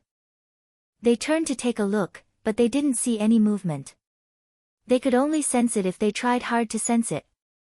This change was extremely subtle, but if it wasn't for someone reminding them, they wouldn't have noticed it no matter what. Elder Wen asked anxiously, "Venerable Wei, what should we do now?" Wei Zihong said, "Let's act according to the plan we discussed earlier. I'll go change the prohibition, Palace Master Xiao will lead the people to guard here." He saw the fear in everyone's eyes, and said, "Without 3 to 5 days, she won't be able to break in. Everyone can rest assured." The elders couldn't help but feel awkward. Shaoxin said seriously, "Venerable Wei, don't worry. We've made a vow that our Chan Palace will guard this place to the death." Wei Zihong glanced at her and said, "After this, I can introduce Palace Lord to my master." Shaoxin's eyes were filled with surprise. She had been worried that even if they could escape unscathed, they would have offended Yu Xiao. They wouldn't be able to stay on the Fengling Ocean for long, and would have to move to the north. However, the Yaoyin clan also had disciples, so they naturally had to separate them. The future of the Chan Palace was still unknown. But with this promise, he was relieved. That Zhang Zhenren was the Dark Azure Sect's Duzhen Hall master. If he could have an audience with him, even if it was just a few words of encouragement, his sect would be able to stand firm. After Wei Zihong gave his instructions, he flew up and flew to the place where the prohibition was. As early as a few days ago, he had already found its location. If it wasn't for the fact that he was afraid that when the prohibition on the door changed, no one would be able to recognize it, he would have stayed there. A day later, he came to a river valley filled with pebbles. After leaping over the sky, he went downstream for a few miles and arrived in front of a creek. The water swirled here and gathered into a whirlpool. This place was very hidden, and it was normal for spiritual vigor to leak out. The people who came here to investigate had missed it many times. Later on, he didn't care about the consumption of his own chi and used the divine eye on his forehead to observe, and only then did he find it. The conveyance light drilled in, and went more than 1,000 feet into the water. He saw 2 cracks in the stone below, which looked like a pair of eyes. 2 undercurrents passed through it, one was exhaling, the other was inhaling, and they circled around, indicating yin and yang. He dispersed the conveyance light and followed the flow of the water. After 3 rounds in the eyes, he felt that the scenery in front of him changed, and he arrived in a stone room. It was about 2 feet wide, and there was a skeleton sitting inside, leaning against a black stone tablet. A jade viper was lying on top of the tablet.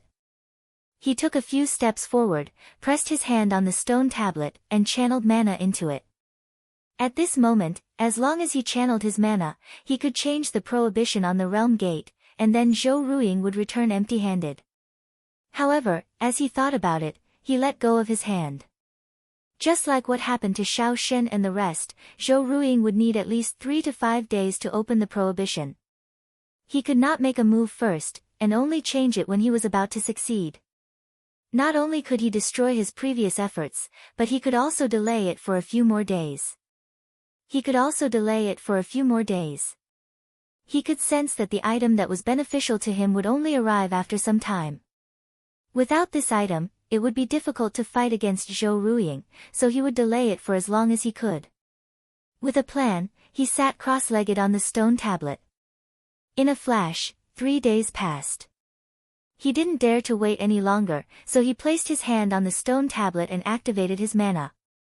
Outside the small world, just as Zhou Ruiying was about to succeed, she suddenly felt the restrictions suddenly change. Her previous efforts were all for naught. She couldn't help but feel surprised. She frowned and thought to herself, even if the person inside the small world found the mechanism of the restriction, I used it so covertly, how did the other party notice it? She thought about it and finally concluded that it was due to her own carelessness and negligence that caused her to reveal a flaw. She needed to be extra careful. However, in the following days, every time she found a way to open the restriction would change ahead of time. She had been trapped here for more than 2 months. However, at this point, the people of the inner realm had run out of luck. There were only a few variations to the restriction. Zhou Ruiying gradually understood it after a long period of time as she repeatedly tried to understand it. On this day, she suddenly felt that the restriction that was changing was something she had seen before. She sneered and killing intent filled her eyes. She was annoyed that she was being held up here by a few juniors. She was thinking about how to deal with these juniors. Another 3 days passed. There was a flash of light on the realm gate as if a barrier was peeled off. Zhou Ruiying let out a snort, waved her sleeves, got up, and stepped into the small world. Inside the small world, the people of Chan Palace stood far away as if they were facing a great enemy. Some of them were trembling and couldn't hide the fear on their faces. In front of the gate, only Wei Zihong and Sui Hua were standing steadily. Wei Zihong's eyes focused in front of him. When he sensed an extremely oppressive and powerful aura about to leap over, he tossed the formation diagram he had prepared in advance into the sky. Instantly, a brilliant ray of light descended from the 4 corners and enveloped the world. Sui Hua's expression also became serious. She bowed and said, "Spiritual Master Qin Yang, please help me." A ray of light flew out and landed in the formation. The surrounding light shined brightly and the spiritual energy in the small world surged like a river. The aura suddenly increased. Just at this moment, Zhou Ruiying also took a step forward. She immediately knew that she had broken into a certain formation. She had a mocking expression and gently waved her hand. The energy surged and it seemed like she wanted to break this formation in one fell swoop. Floating Astronomy. Chapter 971. Just as Zhou Ruiying's mana surged out, there were waves of wind, thunder, and starlight that echoed and flickered in the surroundings. It was like a strong wind blowing across the land. Before the chi of the formation could come close, it was swept away by the strong current. At this moment, she did not give up. She used her mana to attack the formation wall. Just as the big formation was about to be broken, a drumming sound was heard from the formation. It shook the earth gate and the vitality was activated. The spiritual vigor that was originally scattered was suddenly suppressed and subdued, and the formation was once again stabilized. Zhou Ruiying's expression froze. She stopped and said, "True treasure." Before this, she thought that she was only dealing with a group of juniors, so she did not take it seriously. However, if the opponent was protected by a true treasure, she had to be careful. If it was a powerful defensive true treasure, as long as it was willing to be controlled by someone, it would be enough to make it difficult for her to move. If it was combined with the formation, it was possible that the split body would be left here. The moment she stopped, the formation's chi gathered again, and she struck down again. However, she was surrounded by starlight and a clear chi. Even though she was standing still, the wind, thunder, water, and fire formed by the chi of the formation could only linger outside. No matter how loud it was, it could not land. When Suihua saw this, he was deeply shocked. In the past, he read the ancient books left by the tribe. There were many sentences that described the power of the people of Dongtian, but he had never seen it in person. Right now, Zhou Ruiying was only a split body, but his mana was already so shocking. If it was not for the help of the Qin Yang drum, he would not be able to withstand it. How powerful was the mana of the real body? He could not help but look at Wei Zihong. That Duzhen Hall master once suppressed Yan Changsheng, his mana must be even more profound and unpredictable. When he thought about this, he was deep in thought.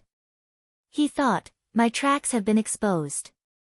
The Demon Clan, Yuxiao Clan, and Qinsang Clan are all looking for me. The world is so big, there is no place for me to hide anymore. Yuxiao School is trying to suppress outsiders, and the Python Clan is not my clan.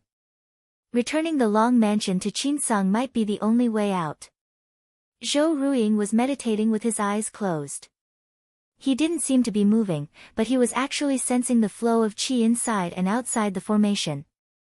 After a while, she was able to discern the general situation of the formation.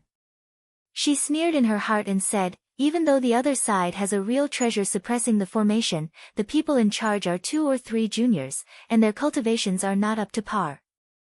Let's see how long you can keep this up. She raised her hand and made a hand seal. Immediately, she activated her mana and transformed it into strands of starlight that repeatedly washed away the formation chi layer by layer. When Wei Zihong and Suihua saw this, they hurriedly used their magic power to block it. After the starlight broke through several dozen layers of restrictions, its momentum finally came to a halt. But even so, he still had endless power. It was like the crashing of waves, layer upon layer. Wei Zihong sighed inwardly. The array he had taken out was originally used by the Yaoyin clan to guard a hall, and its true power was far more than this. However, there was no one here who was proficient in array theory. It was hard for them to unleash the magical effects of the formation, so they could only use the method of gathering spiritual energy to attack. If the opponent's technique was weaker than the formation, it would naturally suppress them. But if the opponent's mana was strong enough to the point where it could fight against the entire formation, then it would naturally become a stalemate. In less than half a day, the two of them already felt that their mana was running out. They all had a feeling that if they made a mistake, they would be suppressed by the opponent. Under such circumstances, even calling for someone to replace them wouldn't work. But if there was no one to replace them, their mana would be exhausted sooner or later, and at that time, they would still lose. Suihua saw that something was wrong and turned around, saying, Sage Wei, we need to think of a countermeasure. He looked at Wei Zihong, and seeing that he didn't speak, he continued, I have an idea. We can open a door later, and let this Zhou Ruiying go inside. We can take this chance to charge out of the realm pass, and take the decree outside, and close the realm gate. If Zhou Ruiying wants to find the location of the restriction mechanism, he will have to spend some time. But by that time, we will have already escaped. After a pause, he added, Sage Wei, don't worry, I can swear that I will not escape on my own.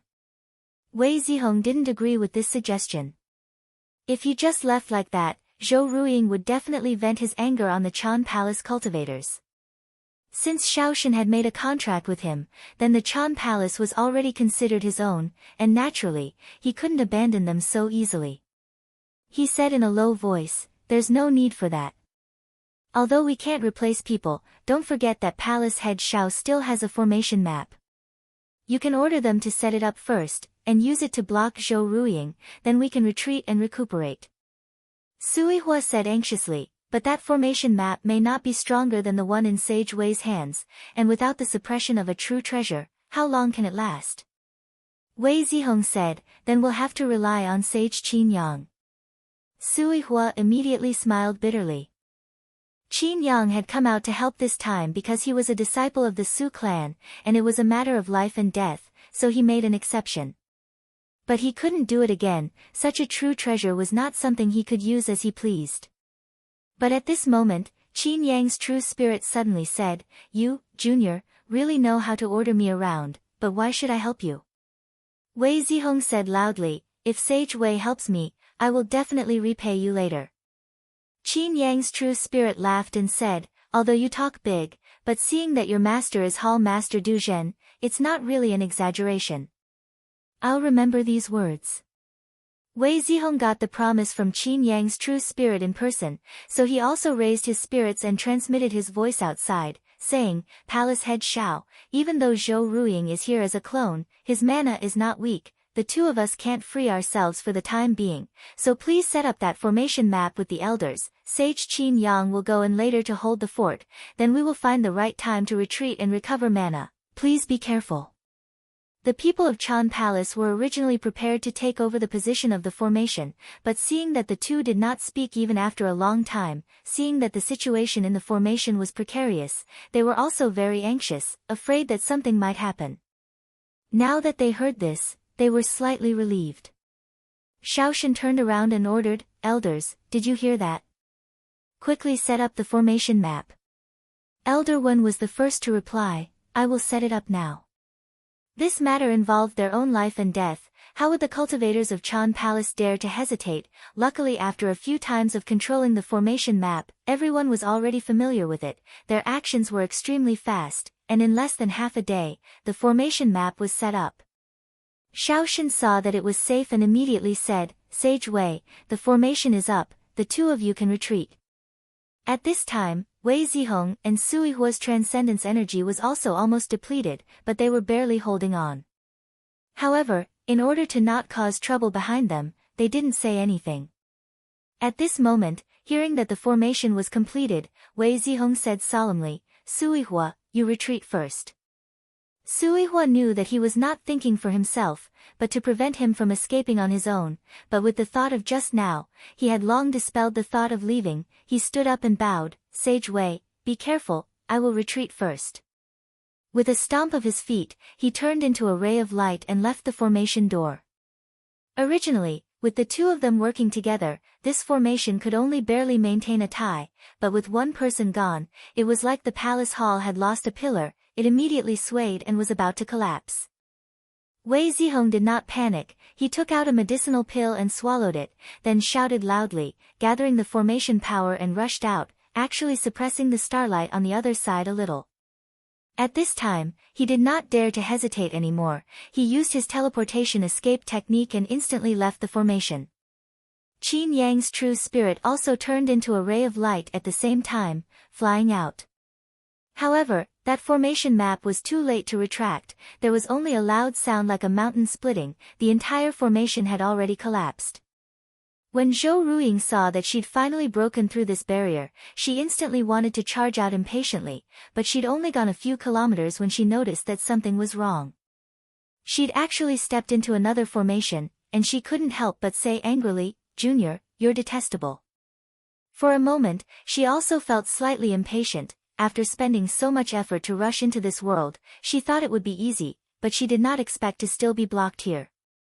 She thought for a moment, suddenly retreated, and in the blink of an eye, she retreated out of the small world. Xia Yun was still outside. Seeing her come out, he thought that he had succeeded. He bowed and said, "Congratulations on obtaining this small world, sage." Zhou Ruiying's heart was stifled, but he could not flare up, his face covered with frost. He said, "Follow me in." How could Xia Yun not know that he said something wrong? He hurriedly lowered his head, and followed behind her, entering the small world again. After the two of them entered the small world again, Zhou Ruiying said, "I will suppress the spiritual opportunity of the formation power. You go into the formation and retrieve that suppression treasure." Xia Yun did not dare to disobey. He said, "Disciple obeys." Zhou Ruiying sat down in a lotus position. Not long after, his body suddenly emitted brilliant starlight, and that qi was suppressed. Xia Yun was proficient in the theory of formations, otherwise Zhou Ruiying would not have asked him to come here. Although he was hiding in the pagoda now, not willing to break the formation, but he had also roughly seen the changes in the formation map. When he went into the formation, he would step on the formation position door every time, and it looked like he would reach the formation pivot in no time. Elder Wen sensed that something was wrong, and said in shock, "Not good, he wants to snatch the suppression treasure in my formation." Sui Hua, who was outside the formation, was also very anxious. The treasure was equivalent to competing with Zhou Ruiying. There was no way for him to resist, so he hurriedly said, "Sage Wei, why don't you order someone to stop this person?" Wei Zihong shook his head. Sui Hua said anxiously, "Even if he is a third-stage realm cultivator, and we are not his opponent, we can still disturb him." Wei Zihong, however, raised his head, his eyes shining, his expression slightly excited, and said, "No need." He had already sensed that the thing in the sky was getting closer and closer to him, as if it would arrive soon. At this moment, in the sky above the 9 continents, a faint dragon roar could be heard, coming from beyond the 9 heavens. Then, it shook the sky, and a ray of yang fire passed through the sky, like the rosy clouds of the morning, spreading for thousands of miles. The place where the spiritual opportunity landed was actually the Fengling Ocean. At this moment, on the Donghua continent, many people in the Grotto Heaven sensed it, but after a search, those who knew the origin of the treasure, except for a few, pretended not to see it. Inside the Grotto Heaven of the Ministry of Defense, Zhou Ruiying was originally in a stable state, but her heart did not tremble, and she did not wake up and turn around. At this moment, she also felt that there was something strange in the sky, and when she went up to sense it, she immediately knew where it came from. Her expression could not help but change, and she immediately wanted to retreat. But now that she was about to succeed, she was unwilling to retreat, so she gritted her teeth, waved her hand, and a ray of auspicious light rose, directly facing the raging fire. Floating Astronomy. Chapter 972. Zhou Ruiying knew that the enchanted weapon was extremely powerful. Unless she went forward with her real body, it would be hard to block it. However, she had no intention of competing with it. She sent this wave of transcendence energy up in the sky, hoping that it would be able to restrain the treasure for a moment so that her clone below could break the formation first and kill all the cultivators inside. No matter how powerful the treasure was, if there was no one controlling it, it would not be able to take the initiative to attack. However, she didn't expect that when the cloud light collided with the yang fire qi, it didn't even slow down and was torn apart. The dragon-like golden light was still rushing straight down to the Fengling Ocean. But at this moment, a 3-legged bronze Jew flew out. It was full of energy and emitted light. When it reached the sky, it spat out thousands of cold threads. They were like ice brocade, snow silk and frost silk. They entangled with the golden light and slightly stopped its momentum. Zhou Ruiying said happily, "Senior apprentice brother." The figure in the mirror said in a low voice, "Junior apprentice sister, be careful." Zhou Ruiying thought quickly. She knew that once her senior apprentice brother made a move, the people in Qinsang School wouldn't just sit back and watch. She quickly gathered her thoughts and ordered the clone to break the formation with all its strength. Inside the Changguan cave of Qinsang School, Sun Jinren was lying on the couch with more than 10 beauties waiting on him. Sensing the change, he sneered and said, "Do you think there's no one in Qinsang?" He sat up and grabbed an ancient barnacle with knotted roots on the table. He flicked his sleeves and threw it out, heading towards the place where the two treasures were fighting. On the ancient spring platform of the Shuashua sect, when Qingxiang was playing chess with his clone. Noticing the change in the sky, he thought for a moment and smiled. He raised his hand, and all the blood-red chess pieces flew up. They flew towards the barnacle. As the object flew, a thick blood aura spread out, and wherever it passed, the blood aura would spread out. Everywhere it passed, the spirit dimmed and the air was lost. But halfway there, a fishing rod flew from the north and hooked onto the barnacle's waist, making it impossible for him to get away. The two fought for a while. When Qingxiang knew that it was hard to break through and shook his head. Then he retracted it, and the fishing rod did not chase after it. Suddenly, it disappeared. The barnacle suddenly rose into the sky and spewed out clouds of water vapor and black smoke, forming a vast sea of clouds in an instant. Then, yin and yang became thin. The sudden sound of thunder clashed with the thousands of strands of jade snow frost energy. The figure in the mirror felt that although he wasn't really fighting with the other party, he had already expended some of his essence qi. He snorted and said, Sun Ji Yen is an unreasonable person, there is no benefit in fighting with him. Junior sister, this senior brother can only help you to this extent. The rest is up to you. With that, the bronze Jew in the sky trembled and retracted the cold threads. With another turn, he avoided the thunderclouds and turned into a streak of light. Without this obstruction, the yang fire serpent was no longer blocked. In a few breaths, it disappeared into the sea. Li Mountain Sect, Morning and Evening House. The sect master, Jinren Yuling, stood with his hands behind his back, looking at the surging spiritual opportunity outside. He thought and said, the calamity is coming, all sides will fight and kill each other. Where should our Li Mountain Sect go? She relied on the legacy of her predecessors and cultivated for close to 3,000 years, almost reaching the realm of ascension. 1,000 years ago, she opened the Li Mountain Sect, which was one of the 10 sects of Xianmen. However, until now, none of the descendants were successful. Until now, they had relied on her reputation. She sighed. The reason was that the sect's foundation was too shallow.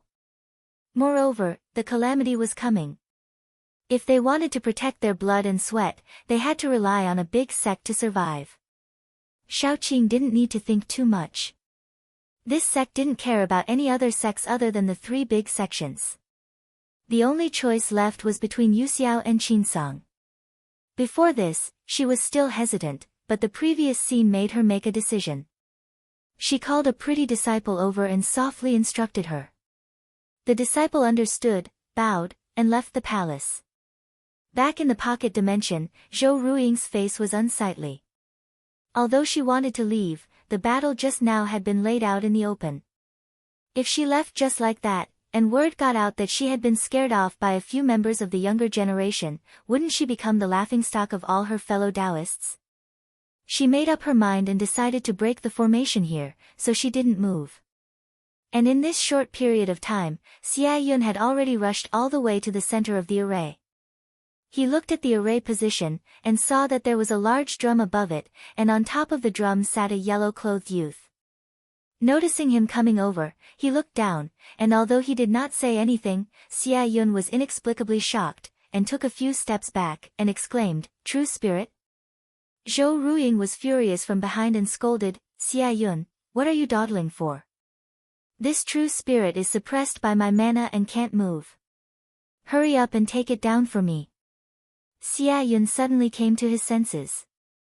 He hurriedly took a step forward and was about to use his mana to absorb it. Seeing this, the youth in yellow turned around and the drum turned into a beam of light that shot straight into the sky. Once the true treasure was gone, Zhou Ruiying suddenly felt relaxed. She raised her palm and pressed down. The surrounding starlight shot out at the same time. It was several times more intense than just now.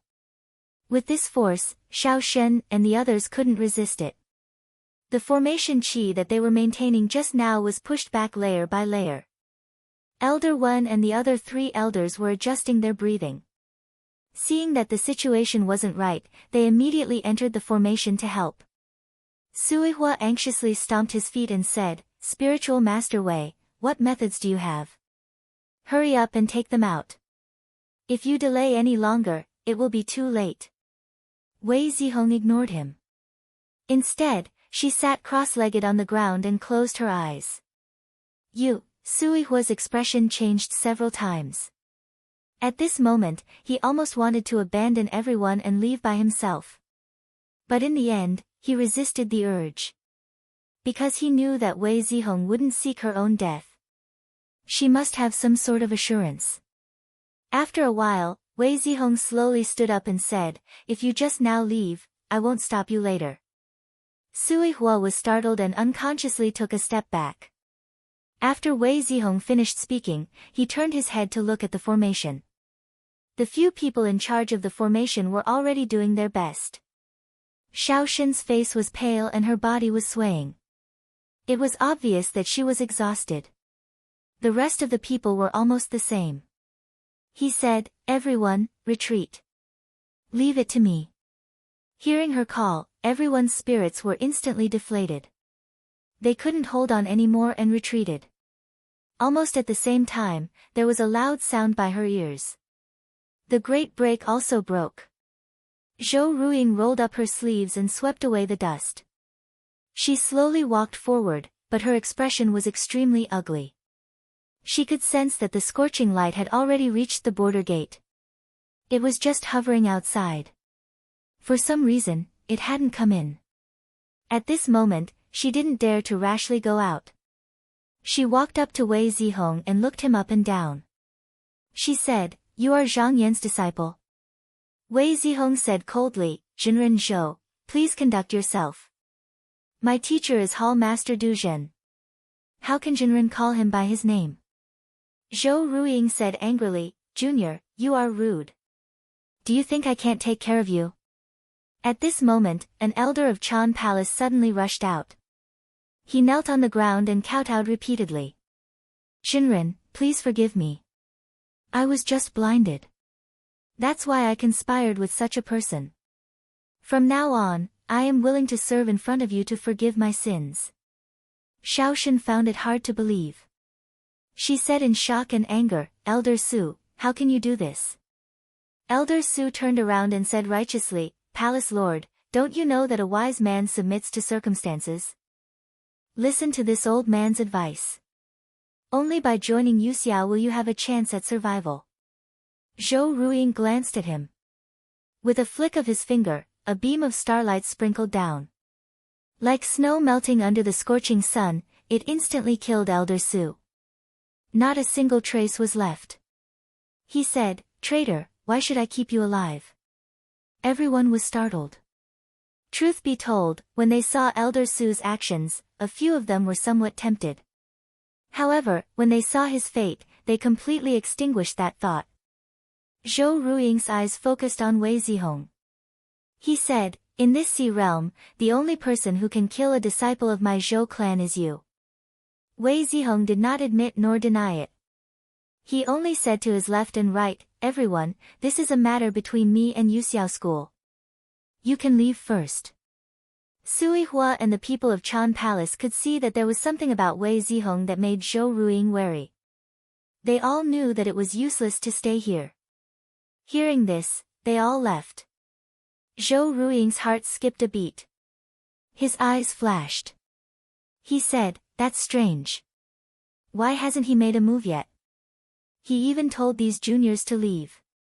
Could it be that it's difficult for him to wield that treasure? The more she thought about it, the more likely it seemed. Just now, she was also confused. How could a mere Yuanying cultivator control such a powerful killing treasure? She wanted to make a move, but she still had some misgivings. So she ordered Xia Yun, who was following behind, Go and take care of these juniors of Qinsang School for me.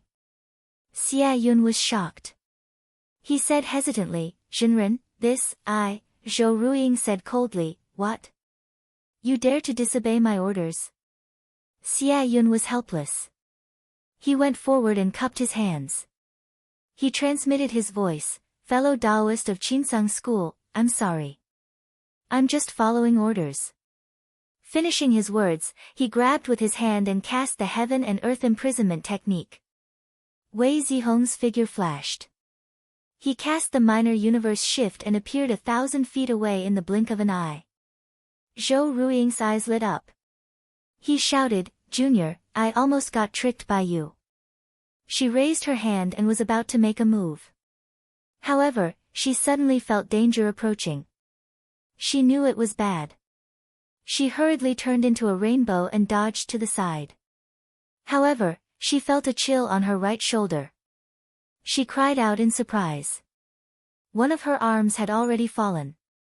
After it landed on the ground, it turned into specks of spiritual light and dissipated. At this moment, a golden light like a dragon appeared in the sky. It circled in the air and turned into a treasured axe. Wei Zihong reached out and grabbed it, holding it firmly. Seeing this, Xia Yun's body stiffened. His eyes were filled with fear, but he didn't dare to move. How could Zhou Ruiying not know that his judgment was wrong? He was unwilling to give up.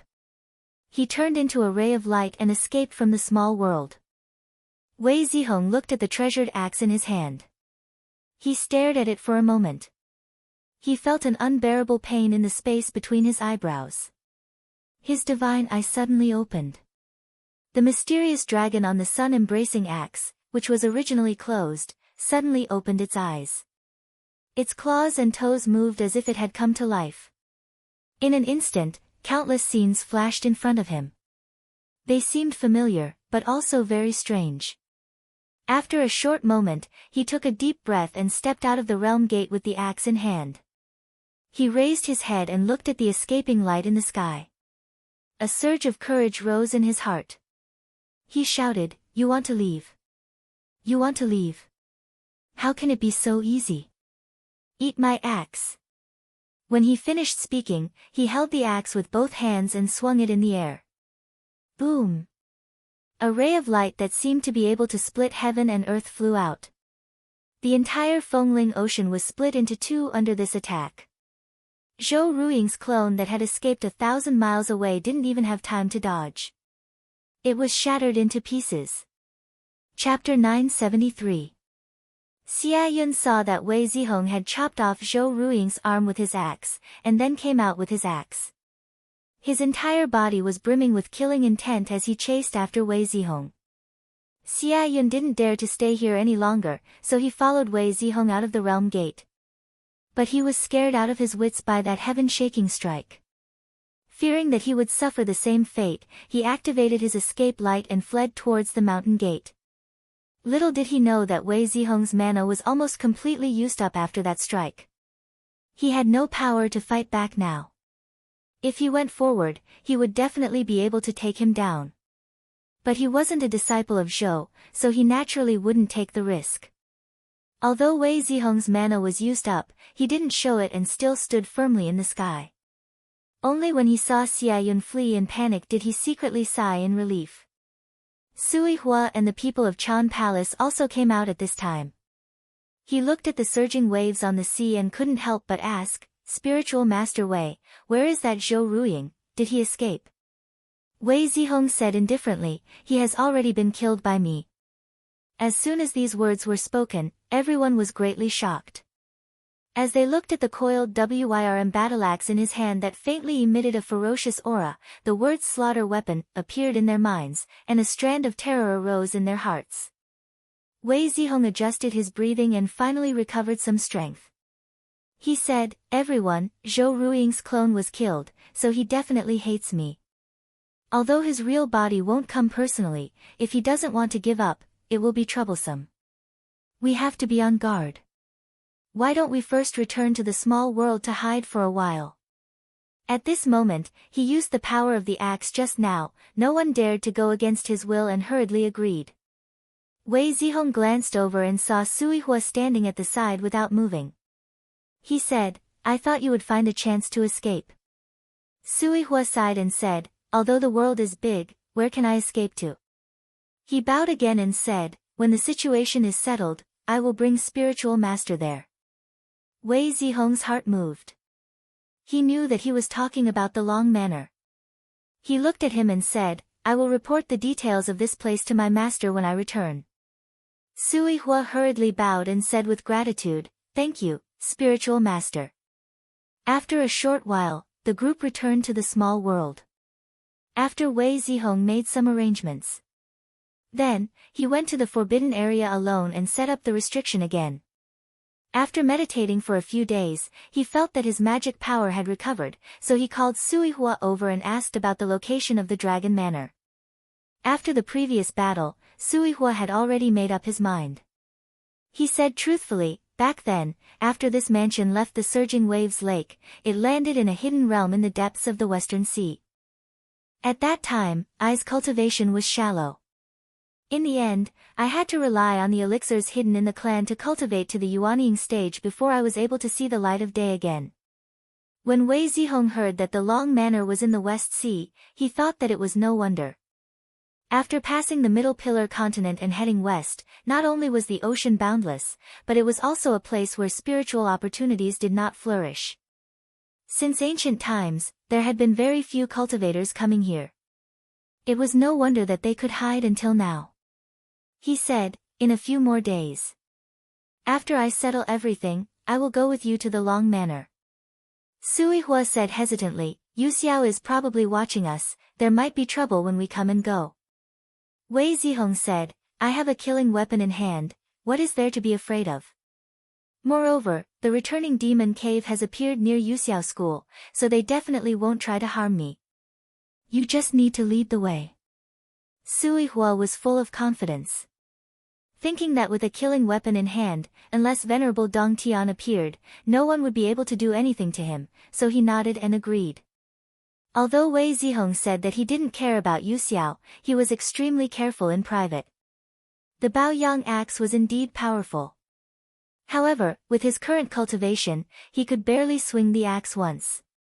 After that, he wouldn't be able to fight back. Therefore, he used the excuse of recovering his energy to build a hut on a high mountain in the small world. He didn't make any movements for half a month. And to prevent Yu Xiao from taking revenge, Shaoshan also moved the disciples of the Chan Palace into the small world, leaving only a few people outside to casually pay attention to the movements. A few days later, Shaoshan came over and said, "Venerable Wei, there is a woman outside who claims to be from Lishan sect. She wants to meet you." Wei Zihong was surprised, Lishan sect.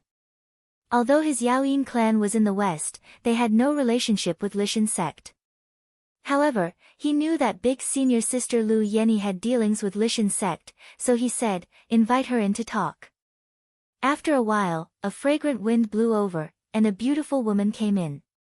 Her hair was combed into 2 buns, and she wore a tight-fitting shirt with an embroidered scarf draped over her shoulders. Her arms were wrapped in a flowing scarf, and she looked to be in her 20s.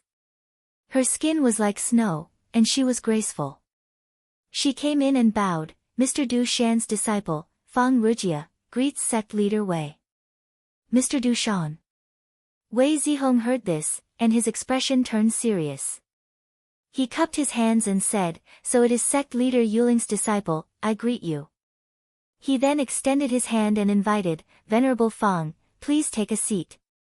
Mr. Du Shan was the alias of Lishan sect's sect leader Yuling.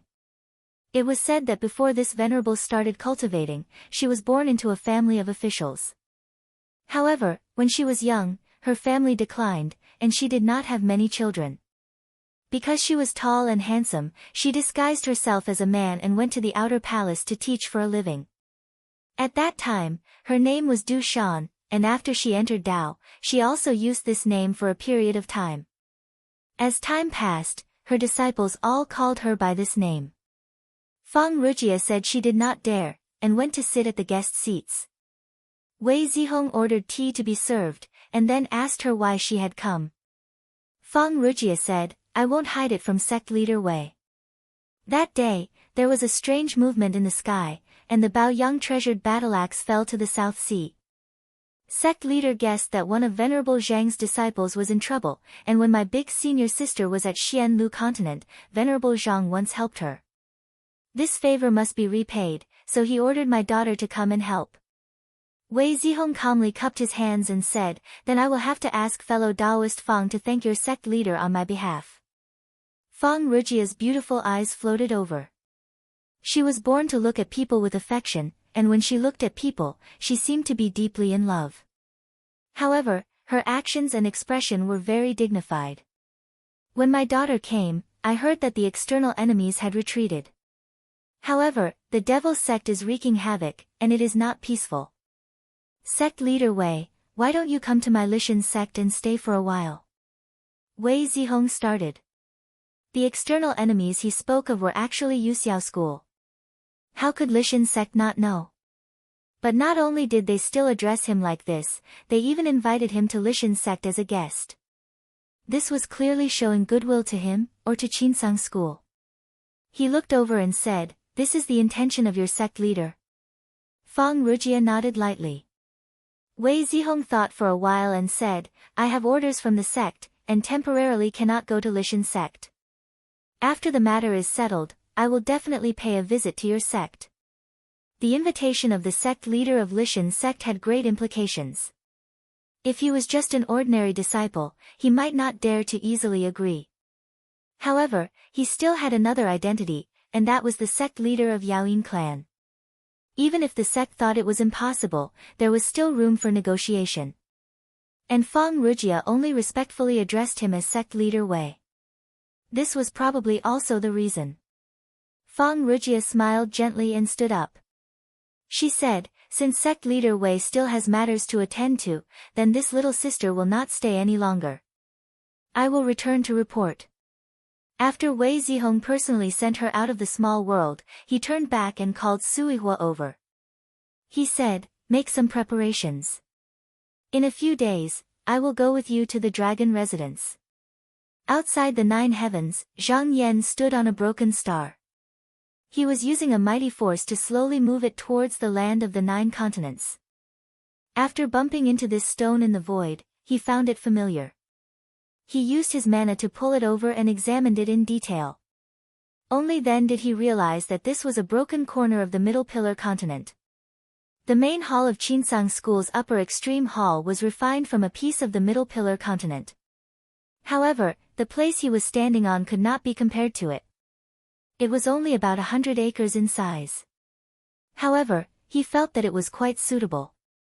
He could use this stone to refine it and use it as a cultivation residence for his family. When he walked outside the sky, he used the poisonous fire and chi of the sky to train his skills. That was supported by the elixir jade. However, the moon-traversing flying raft also needed to absorb spiritual opportunity. If it wasn't for the fact that he needed to collect treasures from outside the sky, he would rather stay in the great capacity cauldron. However, if he could refine this stone and place it above the 9 heavens, outside the 9 continents, it would be a place to stay. With this convenient access, it would be very beneficial for his cultivation. However, to refine this item, it would take a lot of effort. It would be best if he had the help of the earthly fire heavenly cauldron. He would have to return to the East Flower continent to make plans.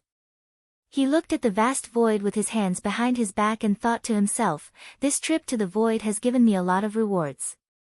After I return, I will find a few more treasures and I can start to refine a talisman. Hopefully, I will be able to nurture a true talisman before the calamity." After the battle with Yan Changsheng, he obtained a few true talismans. However, after using them a few times, he always felt that they were not very clear. He thought about it and felt that it was because he did not personally refine them. In the world, true talismans could not be created out of thin air. They were all created by the spiritual awakening of the profound talisman. However, without the nurturing of the heavens abode for thousands of years, it would be difficult to produce them. There were even some talismans that needed to be taught by masters and disciples and refined for generations to be successful. For example, the heroic knot fish drum and the Chen clan's 36 caves were all the same. Therefore, most of the true talismans in the world were inherited by the later generations. However, they were not personally refined, so when they were used, it was inevitable that there would be some unsatisfactory aspects. However, true talismans were rare to begin with. If a normal heaven's abode could get one, they would be happy. Why would they be picky? Moreover, this did not hinder the use of the talismans and its power did not decrease at all. Normally, no one would pay too much attention to it. However, Zhang Yan was extremely vigilant. In the future, when the Qinsang school launched its attack, the opponents he would face would not just be one or two. It did not feel like much at the moment, but if he was surrounded by many people, the slightest delay would be fatal. Only a talisman that he personally refined could be of use. Since he started cultivating, there was only one such talisman, and it was the earth-splitting heaven and earth leaf. At the moment, there were at most 500 years until the calamity. With his spiritual power, if he followed the prescribed order, it would be almost impossible to nurture it. However, apart from this, there was another shortcut. There were many natural treasures in the world. Because they were born with extraordinary foundations, it was easier for them to awaken their spirits. Therefore, his plan was to gather all the natural treasures and refine the heaven and earth leaf again to make it complete. This way, it would be much easier to nurture the true spirit. This time, when he was cultivating in the virtual sky, he had collected many rare treasures. He could melt them into the heaven and earth leaf and use it to reconstruct the body. Floating astronomy.